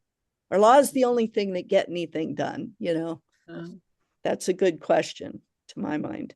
And enforcement is an issue if we believe laws are the only way to go. What? Under Trump, the laws don't necessarily work. That's true. That's true. I would like to ask Dave Blake, one of our board members who's been traveling. Dave Blake, there he is. Did you want to address your request about Connect Bay Area? This is a transportation bond measure. I should say, from what I understand, that, and maybe you'll explain it, David, that we were working with Housing Now statewide coalition to advance a bill of, some renter protections, capping the rent increase. The Sacramento legislature axed that. We were also did not pass that on a lobby day back in January. But the second thing we were working for was an affordable housing bond put forward by Buffy Wicks, who's in our area. That has also been killed or pulled in favor of a regional transportation bond measure to keep BART and AC Transit and other agencies afloat. So why did we have to choose between the two? Maybe Dave can explain, but we are in a budget deficit. Exactly. What are we doing? Dave, can you talk about whether or why you'd like us to endorse Connect Bay Area? Well, I did send to the board a comprehensive argument about this. There's a lot of information about it. The measure comes out what we're allowed to do. What really, as I understand it, Newsom had more to do with than anyone else. Was all we were allowed to do was to put on the ballot a sales tax increase, which is, as I'm sure people understand, the most progressive form of taxation. But nothing else was considered politically viable by the governor's office, and everything else. That's why everything else ended up being shut down under their guidance, as far as I understand. Anyway, the important thing is that our backs are to the wall transportation-wise, because BART and Muni and several other local transit authorities have been in trouble since the pandemic, and the state has been holding them up, propping them up, but claims it cannot do so anymore without additional taxes. And the only tax, again, that they will allow us to introduce is a sales tax. So there are essentially two different forms of the measure, because San Francisco is particularly stricken, and the other four counties have a 0.5% ballot measure increase. San Francisco has a full 1% increase to cover both Muni and BART. So BART will get will get the majority of what these the tax revenue that these bonds produce. Local districts will get a lot of money as well, and San Francisco will get more than anyone else because they're putting an extra 0.5% just for Muni on the ballot. But these are considered dire times for transportation. If you're an advocate for public transportation, you can't have missed the various pleas going out from a wide variety of organizations. If you look at the literature that I passed around, that I mailed to the board a couple of hours ago, you'll see that the support is massive and widespread. Literally hundreds of officials in the local officials. Our own state senator, Jesse Arreguín, is a big proponent. But you'll find that the support for it is widespread. The real problem right now is that we need to energize people to go out. The only way we can do it that will not create a need for a supermajority in order to pass these measures is by initiative. So we need 250,000 signatures by, I think, early June. We've got people going out all the time. Connect Bay Area, I believe.com. Is that what it is? Have I got the right address? I would guess. You just said so. Was that it? No, I didn't give that address. I did put something in chat, and I'll try to add more from your email that you sent. Hold on, I've got it right here. ConnectBayArea.com is got a stack set up where people who are gathering signatures communicate, which it turns out stack is probably the best way I've ever seen to keep people in communication who want to do things all over an area. People are going out, particularly on the weekends, to gather these signatures. Through Connect Bay Area, you can get your pile of petitions. It's important to know that each pile of petitions is county specific. So you must be careful when you're getting signatures to make sure you determine that since you're going in transit areas, you don't know where people are from, that you give them the correct county measure to sign, or it could invalidate the petition. So that's essentially it. Until we can get a board meeting together, I guess we don't have enough people in the membership to just endorse it as it stands. But we are pretty far behind now. The endorsement process, which started started really in January. So we should get our act together and try to at least do what we can by lending our name to these 5 county ballot measures. Well, thanks, Dave. We'll be bringing this up at the board meeting to which members are invited, or voting members have a vote, and always appreciate that. So that. And when is that meeting? That will be, Carol? First Wednesday of the month. All right.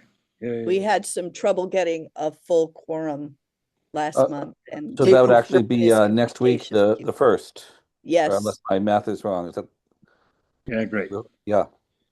So I think it's always great to hear if members, today have some pros and cons, you can put it in chat if you want to recommend the board endorse this. That's fine. Otherwise, we will talk about it again next Wednesday. So, yeah, I think I'll just leave it at that. Were there any questions for Dave? Otherwise, we'll get back to. We have a quorum for the board. Oh. Would you like to make a motion? One of our. I move that we support the Connect. What's the name of it again? Connect Bay Area. I move that we support the Connect Bay Area measure and gather signatures. Second. Us gathering signatures is a separate thing from supporting. Right. Let's not put that into the motion. That's independent. Okay. Anyone can do that on their own. I move that we support the Connect Bay Area program. Initiative. Transit initiative. Transit initiative. The two transit initiatives, really. Okay. Second. And do we have the second again? I'm sorry, I'm going to have to rephrase it again because because the money gets distributed in different ways. We have to support essentially five measures. One for each county. Can we call it the Connect Bay Area Public Initiative? Can we just? Sure, that's fine. I'm just trying to get us a motion. I move that we support the Connect Bay Area Initiative. Second again. And I second. All right, so Carol and Dave, I know this is fast moving. Dirk actually already seconded it, so yeah. Okay, and Dirk. And so are there questions for Dave? All right. Hearing none and seeing none in chat, I'll just say all those in favor, please put up your hand. Is this the board? Is this just for board members to vote on? Actually, we need to have 5 board members for a board decision, but we get 10 members if we're in a member meeting. It's kind of arcane. I would just say, are there any opponents? It's enough to get 5 board members or 10 or 10 general. Yeah, and we could just right now. I'm just asking for support. Okay, 10 people there. Okay, and we'll affirm it. Let's just vote on it and see if there happen to be 10 or 5 board members. It's both and. So if people who support this want to put up their thumbs, and Carol, if you can help us count, I see 1, 2. Well, I don't know how to do that. 4. Julia, if you put your hand up, if you turn your camera, my hand is up. You just can't see it. Okay. I'm all right. Counting board members. That's all right. We're counting both. We're counting everybody. We have Patrick, Marie. 1, 2, 3, 4. Robert. 6. Norman, did you vote?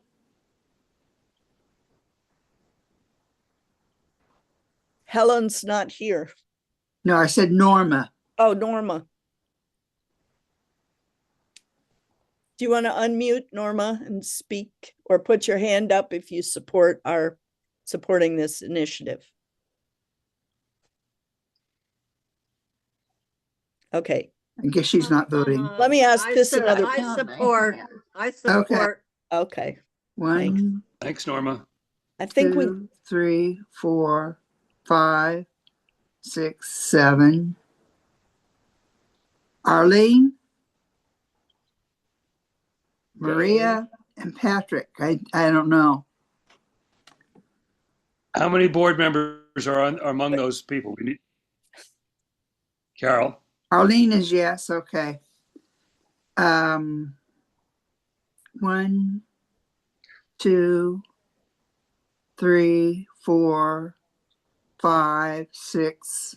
6. The board members. Are you saying there's 6 board members? Yes. Okay. Then and several other voting members. Well, it'd be nice to get 10 people do it so the whole organization could be listed. So Arlene, but it doesn't matter. Arlene, we just have 1, 2, 3, 4, 5, 6. You come to a total of 10. 8, 9. Dave, please. I've got 9 without Maria and Patrick Kehoe. If we can get one of them to vote, we have 10 members. And you counted yourself? Yes. Okay. Well, we have nine vote members, 5 of which are the board. So Maria seems to be gone, and Patrick is gone too. Patrick says yes. That makes 10. All right. Patrick just said yes. All right. You know this what? Is like The Best Man. I remember this movie. All right. Thank you all. We can, if there's any. I will report. Okay. On behalf of the organization. Thank you. Thank you. Thank you, Dave. I'm I don't have the agenda in front of me, but I think we are asking, are there any other announcements or reports from the field? And we Patrick? should start to wrap up. Yes, and we will wrap up. So, Patrick, do you have any updates from the Berkeley Housing Authority?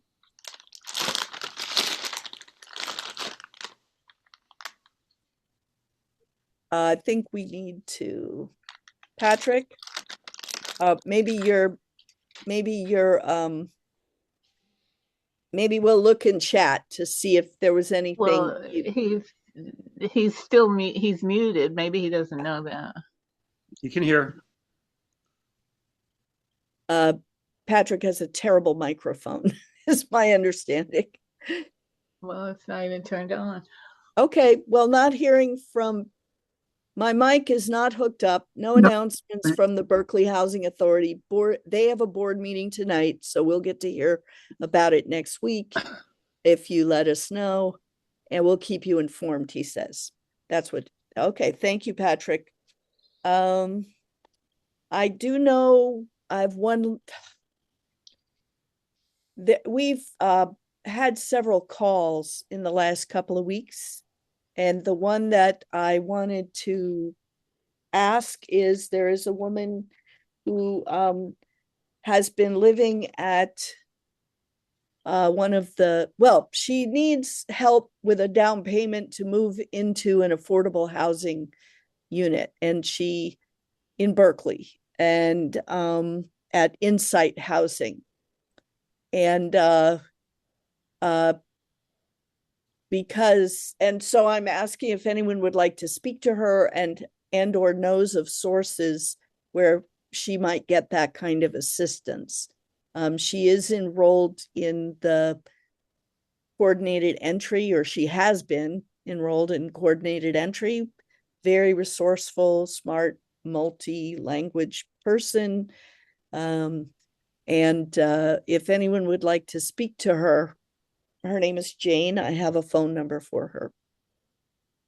If anyone has an actual source of support for a down payment and would like to speak to her, please get in touch with me or raise your hand here. Okay. Julia, do you have a known source, or do you want to say something? Were you talking to me? Well, you glowed green. So what? You glowed green. You made a noise, and Zoom thinks you're. Oh, that was my chair squeaking. Okay. All right. So, we have occasionally. Does that make her the squeaker of the chair? There we go. Squeaker of the house. Well, there were 3 or 4 different organizations that would help with one-time down payment, but you have to have a housing navigator, like a housing navigator who's like an officially approved. I don't know about navigator. They're usually attached to programs, and they guard the sources for the programs. Is the person a client of Over 60 Clinic? I don't know that. I would think she might be. Is she a senior? Yes, she's definitely a senior. Send her to Over 60 Clinic. Now ask for social worker of the day. Okay.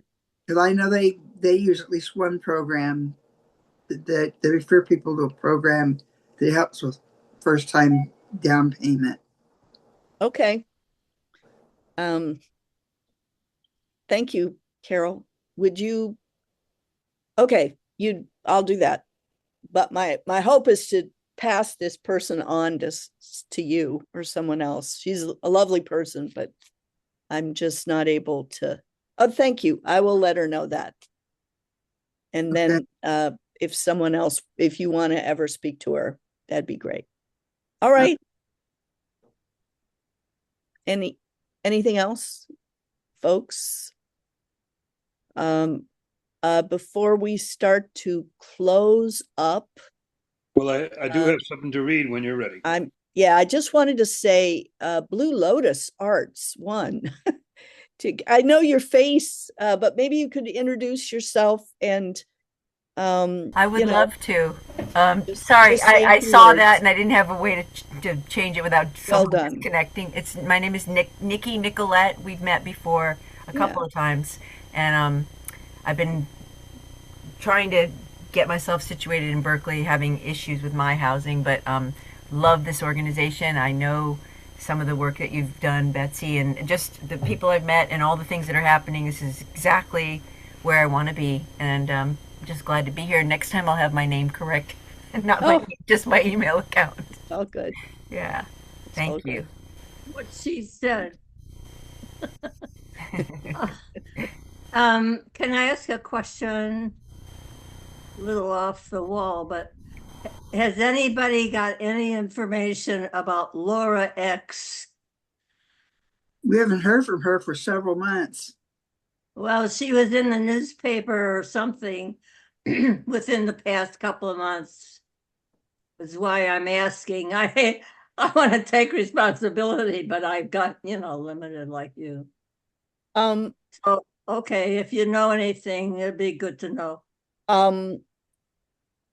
Laura X is the woman who founded like the whole feminist studies and the feminist library. Last I heard, it sounds like you might know of her, Nikki, but last I heard, she's living at the YMCA, the apartments there, and fundraising every month to cover the rent. She did lose her house. There was another Laura XYZ who also was in touch with us, but Nikki, did you have any information about Laura X? No, I don't. Yeah. Yeah. I mean, it's there's so much Comment about her where she's living at the Y, that it was in such a small room.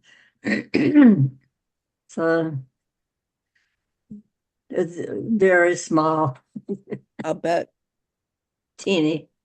I hope she can manage, get on some lists, because there are vacancies and but there are wait lists for all of the senior housing, at least that I'm aware of. You could share just for information. I don't know if anyone has any input, but I applied to where I'm really interested in living is Redwood Gardens. They recently opened their wait list. Yeah. Mm-hmm. And like so many of these situations, I'm sure somebody here's got at least some experience with it.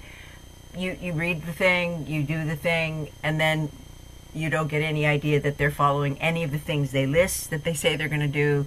They don't respond when you ask a question. You're just like floating in the air. And it's been, since they opened the wait list, that's what I've been going through. I mean, there's other places to apply, but still, it's just, I don't even know where to ask. Like, well, if it says, if your application is complete, we will accept it. If it's not, we'll let you know, and we'll date and timestamp it. But then they don't do that, and they don't answer what's going on. You know what I mean? It's like, this is one of the many hurdles we all go through if we're trying to move or do, it's, and you don't want to say the wrong thing because you don't want them to be, you stand out in a way that's negative. And it's just like, what does it take just to have a normal process? It's already challenging enough, right, to get a place that you want and where you want to be, and then the whole system and the setup, and then there's no way to cross-reference, at least that, and it's that way in San Francisco, and it has been. I mean, it's just everywhere is the system. It's in Oakland here. Yeah, I just experienced the same thing. Yeah.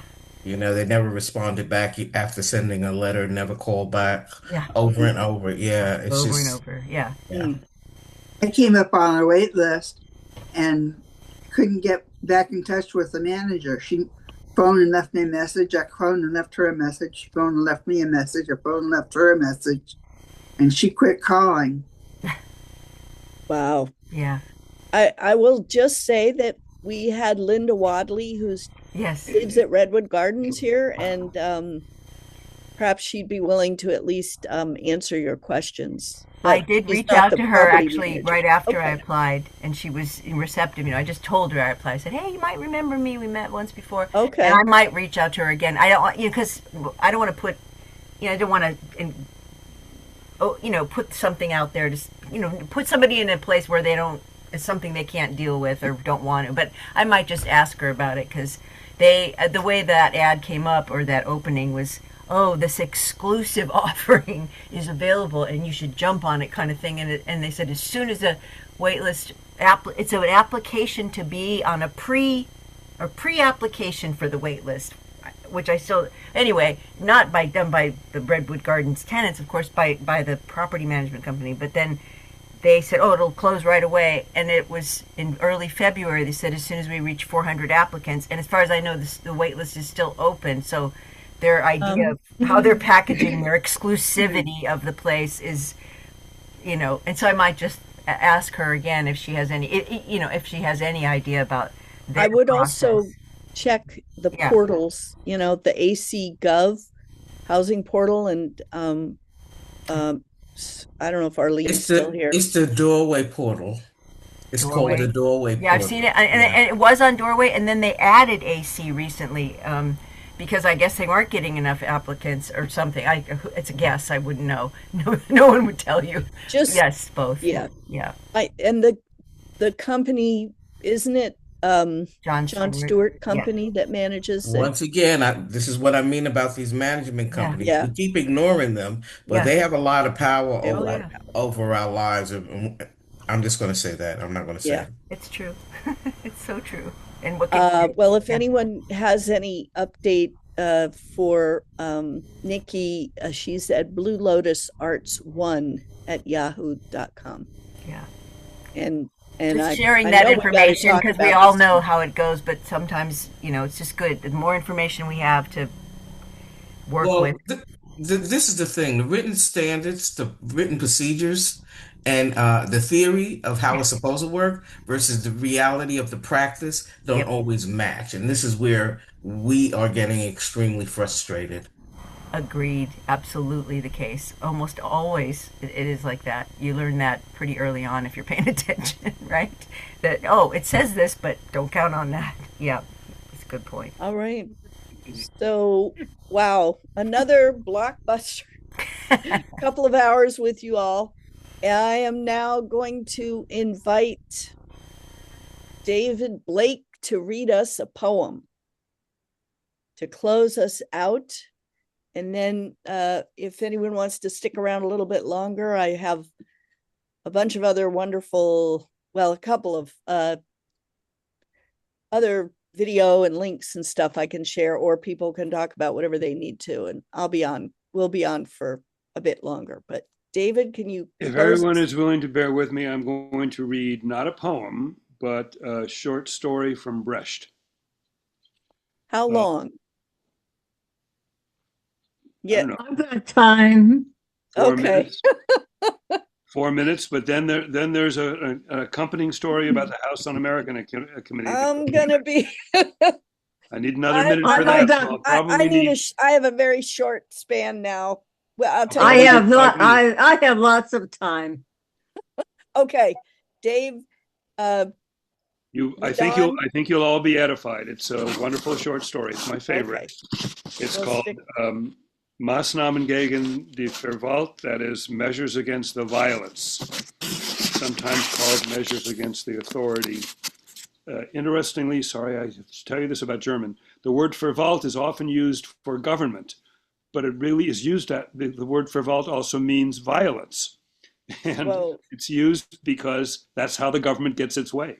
And that's just German. Anyway, measures against the violence. As Mr. Coiner, that's his alter ego, as Mr. Coiner, the thinker, was speaking out against the violence in front of a large audience in a hall, he noticed the people in front of him shrink back and leave. He looked around and saw, standing right behind him, the violence.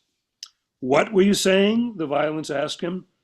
"I was speaking out in favor of the violence," replied Mr. Coiner. After Mr. Coiner had left the hall, after the violence had left the hall, his students inquired about his backbone. And Mr. Coiner replied, "I have no backbone for breaking. I must live longer than the violence." And Mr. Coiner told the following story. One day during the period of illegality, an agent entered the apartment of Mr. Eggers, a man who had learned how to say no. The agent pulled out a document made out in the name of those who ruled the city, which stated that any apartment in which he set foot belonged to him. Likewise, any food that he demanded belonged to him. Likewise, any man whom he saw had to serve him.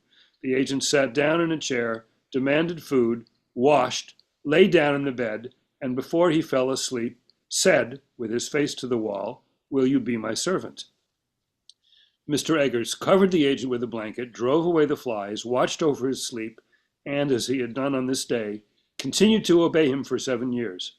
But whatever he did for him, one thing Mr. Eggers was very careful not to do, and that was to speak a single word.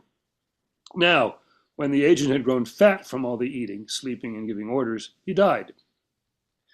Mr. Eggers wrapped him in a ruined blanket, dragged him out of the house, washed the bed, whitewashed the walls, drew a deep breath, and said, "No."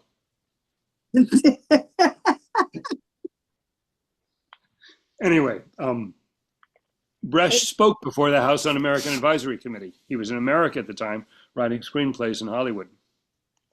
And instead of the tactic agreed upon by the Hollywood 10 to refuse to answer questions, he answered them and just lied.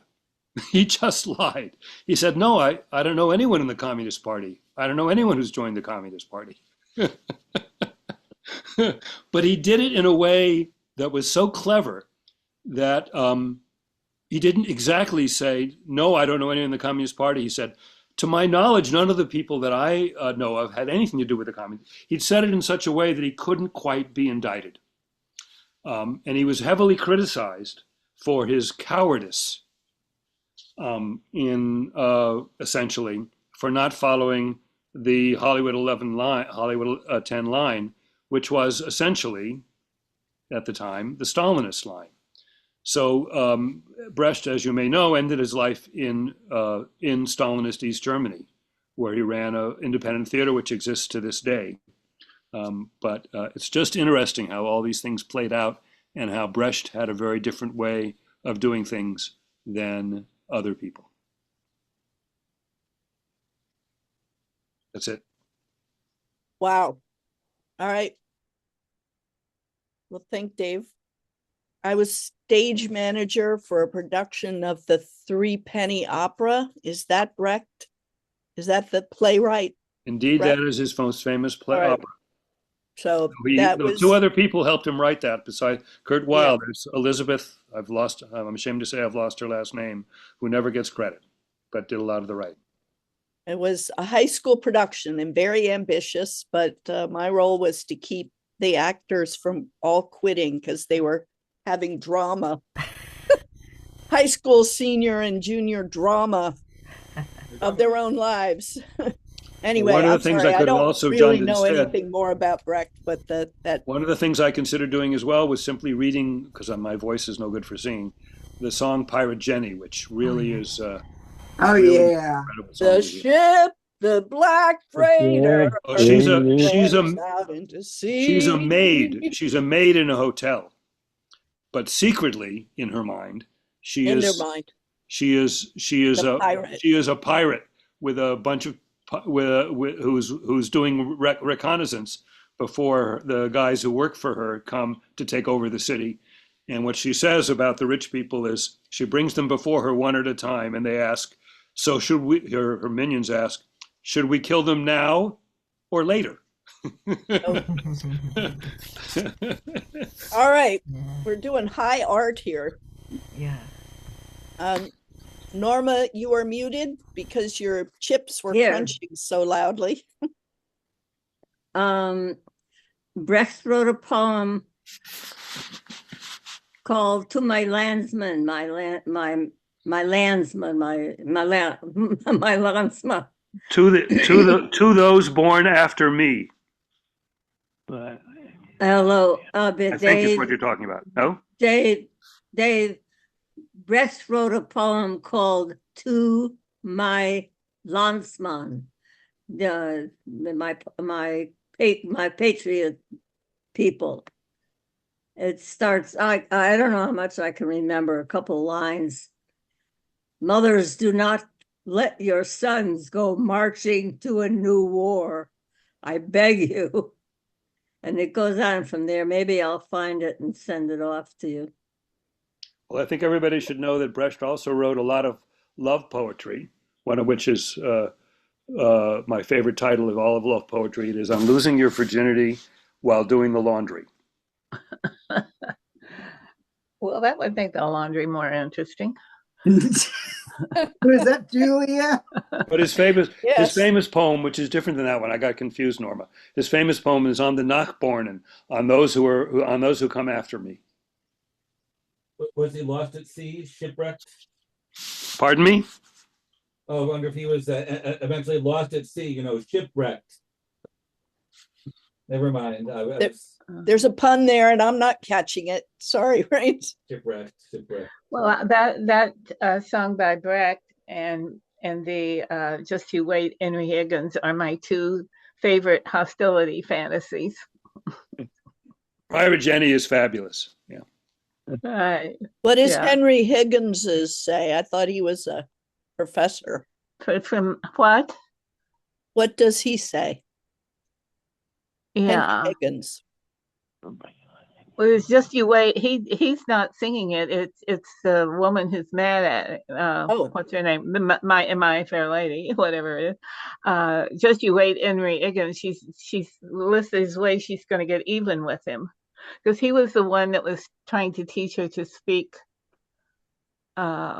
receive British instead of Cockney. Well, if you like that, you'll also like Surabai Johnny, where a woman speaks about her sailor boyfriend. And I think you'll find it just as moving. What is it in? I think Surabai Johnny is in the city of Mahagani, the rise and fall of the city of Mahagani. Oh. Oh, well, In it's been so Africa. long. Surabai is one word, Surab, Surabai, ABI. I had totally forgotten about that, and I can't remember a word of it. You have no heart, Johnny, and I love you so. I can't remember Mahagani except the name, and I don't remember what it refers to. Rise and fall of the city of Mahagani. I know, but the name sounds familiar, but I no longer have any associations with it. I mean, read too many things in my It's got even better music than Three Penny, I think. Really some great stuff. Wow. Is it by the same guy? Same guy. Same three people. Same three. Okay. Is Lottie Lenya singing it? Well, depending which version you get, Lotte Lenya famously sang it, yeah. So while you mention Lotte Lenya, here's my favorite piece of trivia. Lotte Lenya was unknown in America until the James Bond movie. Oh God, which James Bond movie is it? God, some horrible James Bond movie in which she plays an East German prison sergeant, in which she's totally evil, and that got her an Oscar nomination. After all she did, her incredible life. I'm gonna take back for a minute and just say last words. I'm not going to be here next week, but I will be on the board call by Zoom. But the week after that, we have our social, right, Carol? Yes. I won't be for that, but you want to just get people to save that date in their calendar? It's the second Wednesday of April, and I have to look in my calendar to see when that comes out to be. Probably the 8th. Yes, the 8th. And it's at 1 p.m. p.m. It's at 1 p.m. We had to move it back half an hour because the deli closes at 3 o'clock. So it meets 1 to 3. Oh, so it's closing an hour earlier? The deli's been closing earlier for quite a while now, maybe 6 months.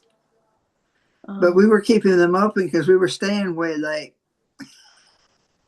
Well, we didn't know they were closing at 3. I thought they closed at I didn't know when they closed, actually. I Yeah, thought I they thought it was served 4. dinner or something. Yeah. Just to close off what I was saying before, that is the once fabulously beautiful Lotte Lenya in as Oh, wow. Sergeant Rosa Klebb in From Russia with Love. Not her best Oh. picture, but Oh, oh, we're so proud.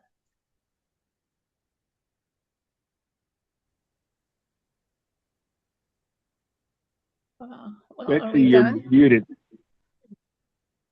Betsy, You you're can see muted. me though. Robert, you can see me. So I'm just asking for last word. I think I need to get off, but I will not clobber. I will not send you all away. I just Oh, need to get up and walk around. So I'll just leave you one thing I be. just want to, one thing to say is that I want to ask you if I can bring the banner to the No Kings rally. Sure. I want to go to the one in Oakland with Allie. Yeah. That's Carol. Yes, bring it. I will be in Manhattan Okay. marching. Okay. Cool. Good. There's gonna be a lot of them all over this country. If I can't know if I can find my Grey Panther t-shirt, but I think it's too small. But I was gonna wear my WTF America t-shirt, the one with the Statue of Liberty bend over crying. Oh, yep. Oh, that's a pretty good one. I hadn't seen that one. Well, I've got 3 t-shirts, extra large, black with the lion, the panther kind of wearing spectacles and carrying a banner. If anyone wants to borrow it or bid on it, Margot gave us these 3 shirts from way back. She was decluttering. Yeah. I If anyone keep wants. telling these nice organizations, gift giving, to be aware of the landfill. So let's keep those t-shirts out of the landfill, folks. Well, Borrow them. if. No, you may not throw out your garbage. Well, it's not garbage, so yeah. No, exactly. but it does become that. You'll look on the landfill, you'll find it there. Yeah. I didn't put it there. Well, there's always Goodwill to donate everything to. They're the biggest recyclers in the world, but Yeah.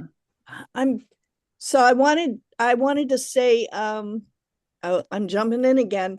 There's an outfit called Girls Garage that has a little video, girlsgarage.org. It's in Berkeley. And if you have, what are the words they used? Basically it's for people of the female gender or gender widening, or that's the term they're using. It teaches them construction skills like welding and carpentry and power tools, and they build tiny homes and villages, and they have a summer program. So if any of you know any persons who might be eligible or interested, we had another guest today, but I'm going to bring her back in April. And learning how to build your own house and tiny houses. And there's an outfit building them backyard ADUs for seniors. So I'll have her on as a guest, I hope, next month. Oh, that's great. But look up Girls Garage. It's kind of a hoot. .org, Berkeley, 2nd Street. Okay. I'm gonna bye-bye. I think it's time to go. Another great production.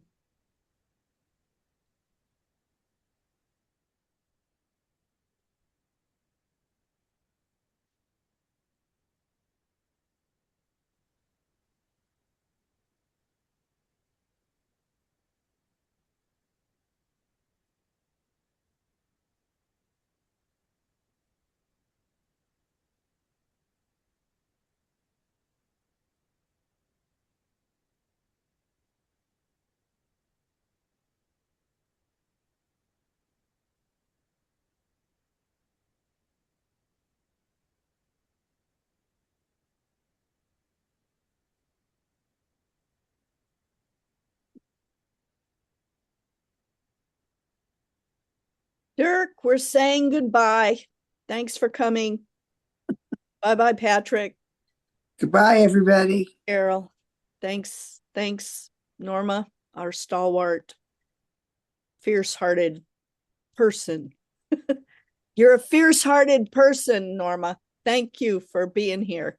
Well, you know what I have to say back to you all. I say it again and again. Thank you.